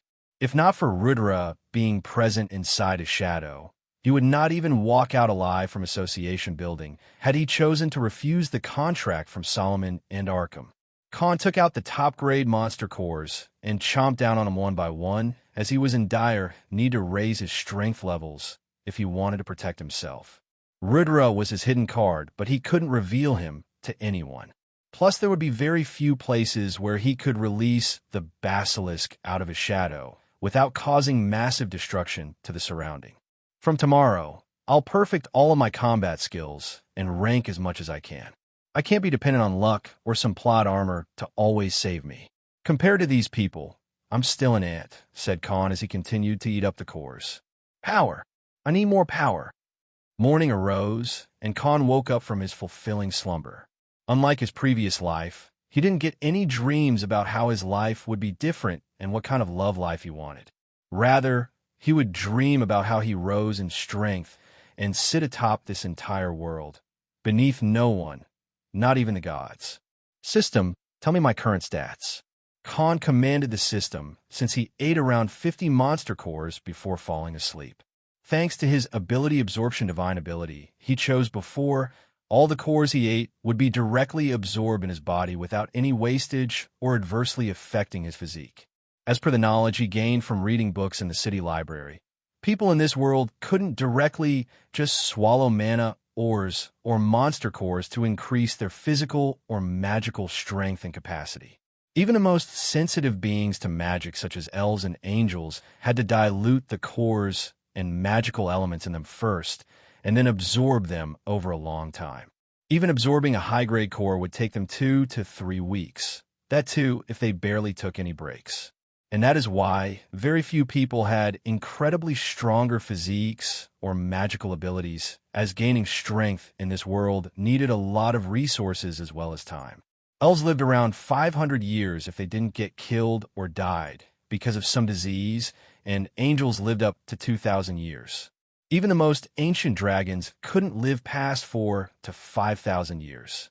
The longer you lived and the more resources you had, the stronger you'll become. That's how the natural law of gaining strength worked here. Even amongst the chosen heroes, if nobody else picked the ability absorption divine ability as Khan did, then his ability to absorb these monster cores would be the highest among all the living creatures in this world. Naturally, many beings currently surpass Khan by a huge margin, but Khan had far more potential than all of them. Host attributes and skills are as follows. Name, Khan host. Species, human. Level, 42. Strength, 164. Agility, 126. Dexterity, 122. Defense, 94. Mana, 252. Divine abilities, ability absorption, dimensional law, synthesis, blessings. War dominance, stage 1. Weapon mastery, master rank. Combat techniques mastery, master rank. Survival intent, stage 1. Berserk god mode, 5 times the physical strength. War deity body, stage 2. Gifts, all languages knowledge known to the war deity. Physical abilities, Ripper claws, combination of Alpha Wolf's claws and Blue Lion's claws. Alpha Wolf's howl. Sidehopper, combination of sprinter and long stride. Hunter's intent. Venom acid. Poison immunity, Grandmaster rank. Selmir scale body. Executioner's gaze. Magical skills. Fireball. Stealth.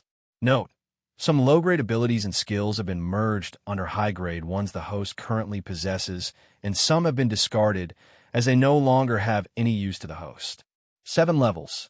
Can't remember being level 35 just yesterday. Eating 50 high-grade B rank cores raised his level by 7 levels. Even his strength had become nearly twice than before. Khan realized that as your levels rose, the attributes would raise by a big margin, more with each level. Like if his stats had 20 points after his level rose, the increase would be by 30 to 40 points instead of 20. As his level increases, so will the extra points he'd get. Good. This will make the training and my survival a bit easier, said Khan, and went to take a bath. Khan left in a hurry in the early morning. Instead of going to Adventurer Association, Khan went towards the north gate of the city. This part of the city was mainly known for its entertainment area, like how Earth had red light areas in the city known for pubs, bars, and strip clubs. Khan went to one of the most crowded restaurants in this area called the Golden Crow. He waited on a table that was unoccupied as he drank some herbal tea. Unlike Earth, there was no such thing as coffee in Rocco's empire as per his current knowledge. But the majority of the population preferred herbal tea instead. Khan could feel the Asian aesthetics in the building architecture and cuisine. I wonder if any one of Chosen Heroes was an Asian from Earth who introduced his or her culture, and now residents of this world created a different one based on it. No complaints, though. This is perfect for the morning, Khan said as he sipped the aromatic tea bit by bit in a black clay cup. Just then, a slim figure under black cloak came towards Khan's table and sat next to him. "You're earlier than expected," said Khan as he glanced at the hooded figure. "I'm a professional. We don't delay our tasks. If you're done, let's leave quickly. I have a perfect place to train you," said the cloaked figure, and finally took out his hood. Khan was a little bit surprised to see the person, but didn't show it on his face. The person next to him was a snakekin. His body was completely similar to a snake, and his hands and legs were covered in reptile-like skin. The greenish hue in the skin color gave this person an appearance similar to a forest snake. The person even had a tongue of a snake which came out of his mouth every 5th second. Fine, let's go. I'm in a hurry as well. We'll only get today to learn as much as I can, said Khan, and followed after the snakekin. After half an hour, they reached a desolate area where the houses were basically empty and near to falling in the ground. This is one of the oldest parts of the entire city. It used to be one of the most important areas of the city a few decades ago, before the war between different powers and gangs destroyed it as collateral damage. And nobody tried to rebuild it as well.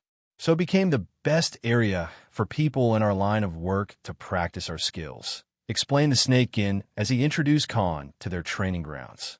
I want you to train me in 2 ways. One where you attack me with your assassin skills and techniques as I try to defend against them, and other where I make attempts on you using the skills you'll teach me. I want to understand both sides of the battle, said Khan. Already spoken like a true assassin. Our job needs the understanding of the surrounding, our target, and their weaknesses. We don't do much damage even with high-grade weapons, but rather our hiding skills and that one final hit when we show ourselves takes all the work, said the snakekin. The snakekin was a professional assassin, and somehow Solomon had managed to have him train Khan after their yesterday's planning and agreement. Throughout their entire time during the training, the snakekin taught Khan how to adjust himself in the surrounding so well that not just the target, but also anyone present around them wouldn't notice Khan or his presence at all. Since Khan had already acquired the stealth ability after killing one of the people that came with Ilya to kill him, he was already a step ahead compared to an amateur. By the end of the day, Khan, who already had the weapon mastery and combat techniques mastery blessings, had already raised his efficiency and also learned the ability called concealment. The snakekin was left awestruck after he saw Khan executing this ability to a level that exceeded normal-level assassins who were in the profession for some time. Compared to them, Khan not only learned it in just 4 to 5 hours, but also improved in it at a drastic pace. Unlike stealth ability, which lets the assassins become invisible for a short time, concealment ability helped one to merge in the surrounding area, as if you were always a part of it. The snakekin's expression was no different than Arkham's when he fought Khan during the assessment test and found his talent in swordsmanship. A prodigy. I found a prodigy. Why is this guy wasting his talent on swords? He can easily become one of the best assassins in the entire city with enough training and experience, thought the snakekin as he regretted watching Khan go after their training. Khan was satisfied to see his weapon mastery for daggers reaching 45% at master rank and his stealth and concealment skills reaching 70% and 53% of master rank respectively. This was just 1-day training, but he already reaped the benefits of an entire month's training because he learned from one of the top experts. Just like the fight with Arkham, Khan kept learning and perfecting his assassination skills by making critical attacks whenever he found the perfect chance, and his patience to wait for a perfect opportunity was very commendable as well. Now all he needed was to kill some assassins in real battle and absorb their abilities to create his new skills and raise the proficiency in the ones he already had. The upcoming week will be nothing but a golden fruit of knowledge he'd get to eat and raise his skills and knowledge in all the fighting-related jobs and professions. Khan knew, if not for the excuse he made for learning his targets and their weaknesses, Khan would never get to learn from true professionals like the snakekin he met today. It was Solomon and Arkham pulling their connections and a huge amount of money to get these people to train him, all for the sake of keeping their current power and authority to themselves. Khan was sure that the snakekin would straight away go to report about today's training to Solomon and Arkham as a way to keep an eye on him and his part in their deal. And so will the other trainers he'll meet in the upcoming days. But at the end of the day, it was Khan who was getting a big haul and benefited the most. Let's see who's using who, spoke Khan to himself, and smirked as he looked forward towards the upcoming days. For the following days, Khan received training and combat experience from one of the most elite fighters in all different professions. Let it be archers or magicians, Khan not only learned a few of their core techniques and spells, he also excelled at them by a huge margin compared to others who would usually take months to reach that level. All his trainers left with their jaws dropping on the ground, every single one of them not believing the talent this young man had in their respective fields. And after 1 week of repeated training sessions, Khan was finally done in being proficient in them and reaching more than 50% mastery in these skills, spells, and combat techniques. The current Khan would be able to use any weapon belonging to any class and different spells and combat techniques unique to these classes without any problem. This left a sour taste in all his trainers who thought he was wasting his God-gifted talent by focusing on swordsmanship instead, few of them even offering him to become their disciple. But Khan refused all of them. The agreed date of the first week was over, and the days of his hunting began from today. Khan was sipping some morning herbal tea inside the Golden Crow restaurant as by now, he too was addicted to this aromatic and soul-soothing tea. Today, he was going to receive a detailed report on all his targets, their routines, and the best locations to carry out the assassinations as agreed during their initial planning. Khan was to get familiar with different professions and their weaknesses, and Solomon and Arkham's people were to gather more detailed and sure-shot intel on all of their potential targets. As Khan was basking in the delicious taste of the tea, a slim, elven archer sat across the opposite side of the table. He didn't make any greetings and ordered some breakfast. Both he and Khan didn't speak a word to each other either. If anyone looked at them, they'd think that these two were nothing but strangers to each other. As the elven archer finished his breakfast, he suddenly took out a small book and passed it to Khan from under the table, completely hidden from everyone's eyes. The elf gave a slight nod and left the place in a hurry. Khan took the small book and placed it in his space ring.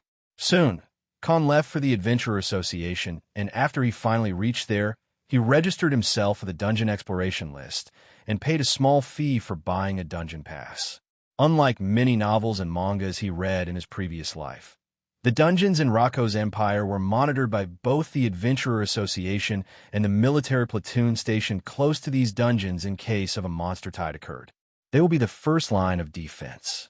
The dungeon passes were used as permission to explore and also to keep a record of all the people entering the dungeons in case they went missing or needed reinforcement during life and death situations.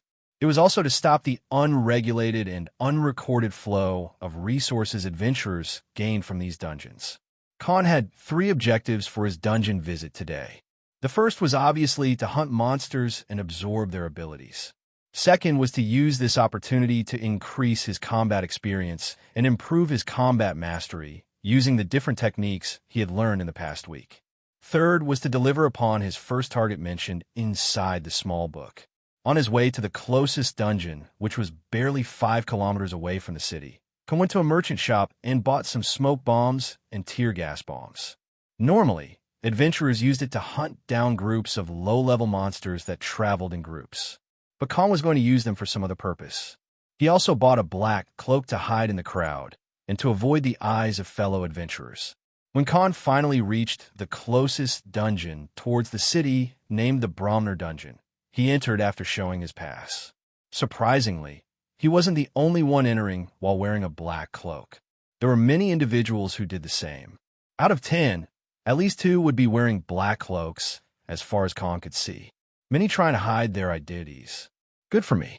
This way, no one would be able to link me to the incident either, thought Khan as he entered the gigantic, cave-like door to the dungeon that was filled with plenty of adventurers going in and out like ants gathering around sugar. Khan had placed his long sword inside the space ring and currently had a normal-looking bow on his back with a quiver full of arrows. He was entering the dungeon as an archer this time. After entering the first floor, Khan didn't waste time wandering around and asked a nearby adventurer about the directions towards the 9th floor. The first 2 floors were flooded with people, and only from the 3rd floor did the real battles begin. Khan kept descending the downstairs and walked nearly a few miles down the ground to finally reach the 9th floor door. As the floor level increased, the stronger monsters and creatures would one face. After the 7th floor, No one would dare venture further without a team of allies. So watching a lone archer going below the seventh floor surprised many, but it was still acceptable for them, as there were always risk-takers. Here, you were responsible for your own life, and nobody would care if you lived or died in this place. Each floor in these dungeons covered the area of a big town, having perimeters of around 6 to 8 kilometers on average. Here, many different monster species lived and hunted for resources, and so did the adventurers. To the residents of these dungeons, any outsider would be no different than food, so they attacked these adventurers at the first sight. The ninth floor was an area of crevices and withered trees.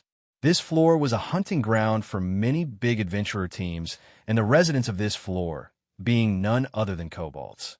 These monsters had very sensitive noses and hearing, so they were very hard to hunt in a group unless you had a bigger group of your own. Finally, I'm here. Now, where are those bastards? Spoke Khan to himself. He started looking around for groups of people. After walking for more than 10 minutes, Khan finally found a group of more than 20 adventurers full of mixed-race people and humans trying to fight off against a pack of kobolds. All these people had an emblem on their chest, the emblem indicating the adventurer team he had seen before. This was his first target, as the book had provided him intel on the Groundhog Adventurer Team. From the intel he received, the Groundhog Adventurer Team had more than 400 members, Stragobor being their leader and his family, who had a rich background funding the whole team. There were dozens of groups like the one before Khan, sent to dungeons to hunt for monsters, raw materials, and monster cores, and later be sold in the market. In other words, this group was no different than workers farming for resources and later give it all to their bosses. Khan maintained a kilometer distance from this group and activated his hunter intent skill, which let him gauge the strength of his targets about whether they were stronger than him or not. This ability also had a very long reach and was no different than a filter system for Khan. The strongest among them seems like between level 32 to 35, but the numbers are too big for me to hunt alone. Also, bringing all of their attention toward a single target won't be easy. If I want to kill them efficiently without any fail, I need to give them a big target. Khan thought to himself as a plan hatched in his mind. Khan ran amongst the withered trees and went far away from the Groundhog Adventurer team members. Since he lacked numbers, he would use outside help. Not only was he planning to overcome his disadvantage with numbers, he was going to use the oldest and yet most efficient battle strategy in the book. Khan let out an evil grin as he finalized his plan, killing 2 birds with 1 stone. Continuous battles kept happening over different parts of the 9th dungeon floor. There was no sun or source of light inside the dungeon, but somehow, Khan could see a bright sky above his head. Naturally, this had something to do with the natural construction or magic formation that had formed the dungeon in the first place. The light outside of the dungeon was brought to each floor, and the intensity was no different than normal sunlight outside of the dungeon. Khan kept running without causing too many noticeable noises through the withered tree lines. He had seen some group of kobolds, but they were either too big or too small than what he needed. Finally, he found a group of 18 kobolds who had just finished off killing an adventure team and were looting out the remains, while some from the group started ripping off the flesh out of the dead bodies and chomping on the juicy and bloody meat of these adventurers. Unlike werewolves, kobolds not only hunted with their claws and jaws, they also used weapons like wooden spears, poles, swords, and bows. The majority even wore clothes that covered their private parts. Only a group of experienced adventurers with the same number as the kobolds could take them head-on. From what Khan saw, the group of adventurers that lay dead on the ground wasn't one of such teams. Not only did they lack numbers, but also their team composition was out of the norm. Too many physical class and damage dealer class people.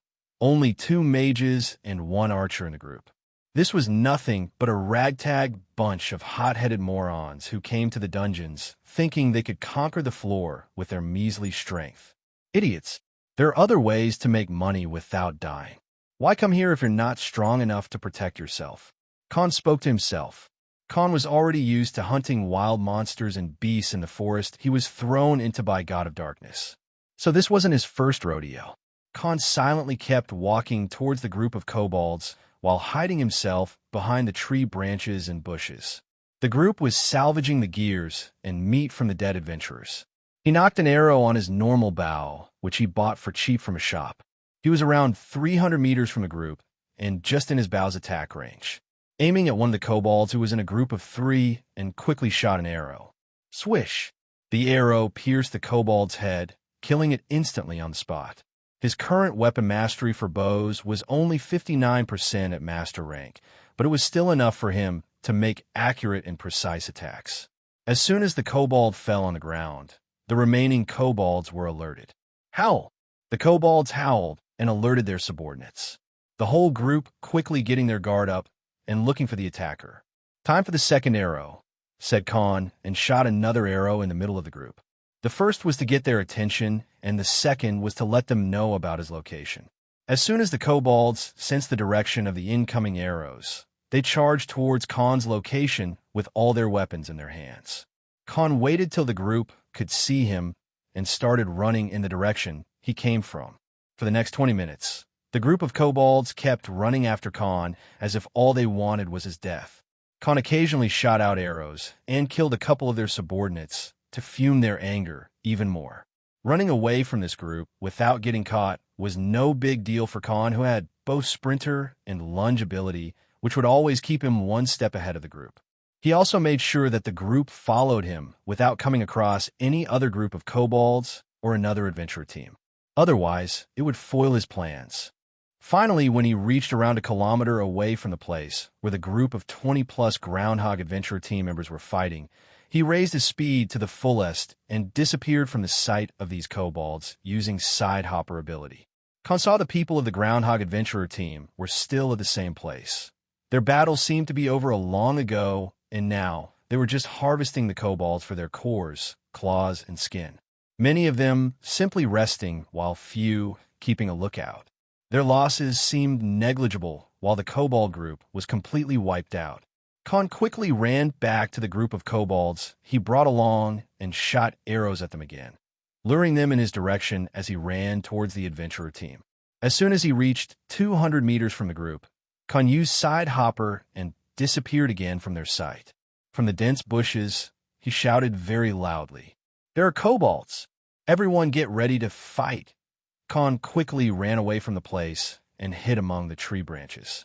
"Enemy attack!" shouted some of the team members of the adventurer team, and everyone was quickly alerted. They were all experienced people, so they quickly got into a formation ready to defend against an ambush. "Who was the guy that just shouted? Didn't feel like I heard that voice before," someone of the group softly asked. But just then, the group of kobolds finally reached close to the adventurers, and by instinct, they charged at the defending side. Khan, who was now standing on a thick tree branch far away and watching the show side in relief. Finally, all the efforts are paying off. "Nothing personal, guys. It's just business," said Khan as he relaxed his back against the tree trunk. What followed was another gory battle between the adventurers and kobolds, even far bloodier than the previous group these kobolds had killed. Thanks to their experience in working together, the adventurers defended themselves against this sudden attack, only suffering 2 casualties at the beginning of the battle. But the kobolds were no different than these adventurers. They hunted in packs, and their disposition was made to hunt in a group. Their understanding and teamwork far exceeded the opposition. Besides, they were far more vicious with their attacks, and many were stronger than the adventurer team members. Skulls and bones were broken, cut down, and blood was sprayed on the ground as both sides ferociously fighting to kill their enemies. Khan, who was the cause of this all, was simply studying the battle and strategies both sides were implying as time went on, his understanding of battle tactics increasing little by little. There was a reason why Khan chose to use the kobold group to pit against the Groundhog adventurer team members. The primary reason being that he was simply lacking in numbers. And even though he was strong, he couldn't take down all these people even with Omega on his side. Releasing Ridra here was also not a good idea either. These weren't some mindless monsters, but a group of experienced people who also knew how to quickly respond to sudden ambushes and adapt to the situation very quickly. Some could manage to run away to tell the tale, so that wasn't the best choice. The secondary reason is to avoid causing suspicion of an assassination attempt. Plenty of people died in the hands of kobolds on this floor, so it wouldn't be a surprise to see another group fall into these monsters. Soon, the battle came to an impasse. Both sides left with barely 6 to 7 members, rest going to eternal sleep while lying on the ground in their own blood and intestines. Both sides were constantly looking for an opportunity to attack while defending themselves. Khan, who saw this from the tree he was standing on, finally decided to interfere. He knew this would eventually happen, so he wasn't surprised at all. "Omega, come out," said Khan, and the dire wolf jumped out of his shadow. Khan took out the smoke and tear gas bombs he bought with him and silently approached the battlefield. Since everyone was fighting for their lives, neither side noticed or sensed his presence. "The usual plan. Attack on the other side as soon as I throw the bombs," said Khan, and Omega nodded in response. Their teamwork was already on an expert level. Khan activated stealth and turned invisible. He silently walked behind the adventurer team and threw the smoke bombs and tear gas bombs in between the battlefield where the majority of the fighters were in a neck-to-neck battle. "What the fuck? Who's that?" shouted a woman among the group as the smoke filled the battlefield. Khan activated his war dominance and Ripper Claws and started the bloodbath. This time, he was hunting both people and monsters together. His pressure filled the entire place, making it hard to even breathe for everyone present on the scene. What followed was a one-sided massacre. Khan used Sidehopper from time to time, and each time he appeared, a body would fall on the ground as his Ripper Claws chopped their heads and torso in two. Khan had thrown the smoke bomb on the adventurer side while the tear gas bomb on Kobold's side to use it the most effectively on both opponents. Both sides were already weaker than him, and after putting them into a disarray, Khan and Omega did not have any problems taking out all the enemies. With no chance to fight back, in just a few minutes, only a hooded man with a bow on his back and a giant black dire wolf, both of whom were completely drenched in blood, remained on the battlefield. Well, time to rob the dead. As the battle ended, a dreary scene of the blood and flesh torn and splattered on the ground was revealed. The bowman and the dire wolf started to pillage the bodies of the dead without showing any hints of regret, as if they were completely numb to killing. Khan was no longer a man from Earth who would be disturbed by killing someone or try to use the pretense of moral code or right cause to not kill people when it suited him and when it didn't. He wasn't a hypocrite who would try to justify his acts or look for reasoning before he had to kill someone. He had killed so many dangerous and vicious monsters in the forest that he was practically comparable to a veteran hunter who had experienced so much that the sight and smell of the blood no longer bothered him. And after he absorbed the Mother Somir's core and also inherited its will, his disposition was no longer that of a normal human. He simply accepted that, given different circumstances, both the people he just killed and the kobold monster he lured here to slaughter would not even bat an eye if they had a chance to kill him. Some would even torture him to death if the roles were switched. So there was no need to feel sorry for someone who wouldn't think too much about the value of life in the first place. Khan absorbed the abilities of all the dead bodies lying in front of him one by one and cut out cores from the monsters. As for the Groundhog Adventurers team members who were part of his contract, he simply took out their badges and put them in his space ring. He needed the proof of the kills to receive his pay.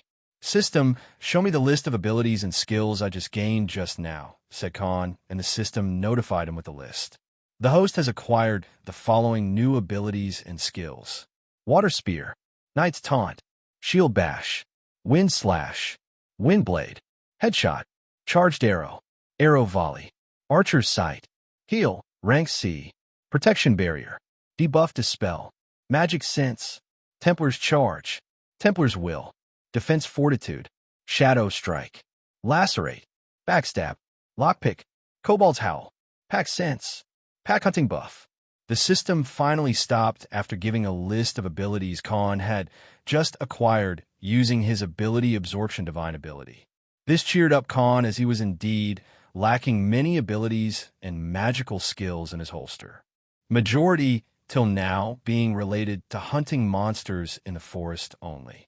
And out of them, only 2 to 3 were useful to the current Khan. So this was a pleasant surprise for him in a way. System, show me the list of useful abilities and skills I can create using Synthesis Divine Ability, said Khan, and waited for the system to reply. Host can create the following abilities and skills with the ones currently the host possesses. The system then started giving him multiple and variety of skills he could create using the abilities he already had and gained just now, filling his head with all the information about the abilities with their effects and uses. Khan started processing all the information and decided to judge the usefulness of all the new merged abilities and skills. He wasn't an idiot to combine them all for no reason. He wasn't even sure if there was a limit to the number of abilities and skills he was allowed to merge together. And there was no point in creating the ones he won't be needing in the majority of scenarios, as they would simply rust inside the inventory, metaphorically. Also, these abilities would need time and practicing and maybe require him to absorb abilities and resources to upgrade and improve them. That would be a waste of time as well. So the most sensible choice was to create abilities and skills that could be extremely useful and had the potential to become one of his hidden cards. Among the list, he found 2 merged abilities that were also high rank and could be upgraded in the future. Mind Link, rank B, upgradable, allows the host to create a soul connection to multiple subordinates and see their surrounding via a shared vision. The host can also command them telepathically to perform a task or an action. The current range of this ability is a 5-kilometer radius from the host location. This ability was truly useful for Khan if he wanted to hunt, gather intel, or keep a lookout. His subordinates could warn him about an incoming enemy or an ambush. He could also send them to do some reconnaissance on the people or monsters he wanted to kill, and even send them to places he couldn't reach or tell them to do something when he was under the public eye. Khan then moved to the second merged ability. Mind Transfer, rank C, upgradable, allows the host to have full control of one subordinate and its body for 1 hour. However, the original body of the host will be put in stasis when the ability is activated. The first ability was simply too convenient for Khan, as he would be needing a lot of subordinates sooner or later. And in that case, having a deepened mind connection with them would allow him to carry a group battle more efficiently. The second merged ability was similar to the first, but unlike the former, it allowed him to completely control a subordinate for an hour. This too was useful if he wanted to not take any risks while doing something where he could die and just use a subordinate as a suicide bomber in case there was a chance to get caught. Khan was certain that he gained this ability from the group of kobolds, as they were indeed the type of monsters who spent their lives hunting in groups. So maybe this was some rare passive ability he accidentally gained. The adventurers also gave him plenty of useful abilities and occupation-exclusive skills. But Khan decided to experiment on them later when he had the time. Merge the skills. Khan commanded the system, and soon a familiar feeling of learning new abilities flew in this body, as if he had spent years on creating it. He quickly got familiarized with it in a minute. But because of these two newly merged abilities, another door was opened for Khan, which made him rethink his choices. Khan then thought of a plan. He had to spend almost an hour and a half just to plan and kill these people using a group of kobolds to tire them out in a battle and whittle down their numbers. What if he had a similar task in the future and had to kill a group just like this one? Will he find extra help when having a disadvantage in numbers? Things won't go in his favor at all. So there was no other option than to create a small army of his own. He didn't feel like leaving the dead bodies to let others know that these people died in a battle against kobolds anymore, simply because there wasn't a need to leave them as proof. Missing people also counted as dead too. All the adventurers were above level 30, and some of the kobolds were even level 37. He won't find such a favorable situation again where everything went according to his plan, and he successfully completed the kill list. Khan weighed the pros and cons in his mind and decided that it was a better choice to use the dead bodies that were lying in front of him to create new subordinates and even experiment on a few to create some different or even higher version of their species. He ordered Omega to not eat out the remains and started using Synthesis Divine Ability on all different types of adventurers. To gain the maximum results, he used the high-grade monster cores during the synthesis process, which were given to him by Solomon as an advance for the job. There were more coming into his pockets, so Khan found this as a worthy investment. And he wasn't a fool to randomly merge the bodies together. Khan chose the specimens based on their profession and their class, such as knights and templars under physical melee class and mages and conjurers in long-range magical class. In half an hour, Khan was done merging all the dead bodies together and gained 6 new subordinates. 6 figures who were wearing completely black clothes, armors, and robes that were once part of the original bodies and now turned black, holding weapons of their respective classes, and with some very noticeable changes happened to them. On top of that, since Khan used 2 to 3 high-grade monster cores during synthesis, all of these new subordinates had unlocked the evolution skill, just like Omega and Rudra had when they were created. A guardian knight, a rogue, an enchanter, a priest, a ranger, and finally a berserker. All of these were the combination of 2 different job classes and had merged under the synthesis divine ability, so they also inherited the core abilities of both the classes with the unique abilities of their newly created class. Khan named these 6 as 6 generals, already having plans to make them incredibly stronger in the future if he had the opportunity. For now on, your names are Blackwool, Ronan, Cyril, Armin, Oliver, and Jugram, said Khan as he named his new subordinates with creative names which fitted their classes and appearance respectively, instantly raising their loyalty towards him by 50%. And all of them were level 40, as both the original bodies were at least level 30. Khan then saw Omega looking at him with indignation, as if he felt left out and forgotten. Khan gently patted the dire wolf's head and smiled. "Don't worry, I still have different plans for you," said Khan as he gazed at the bodies of the kobolds lying next to him. He let out a devilish smirk and spoke. "Let's see who we get next."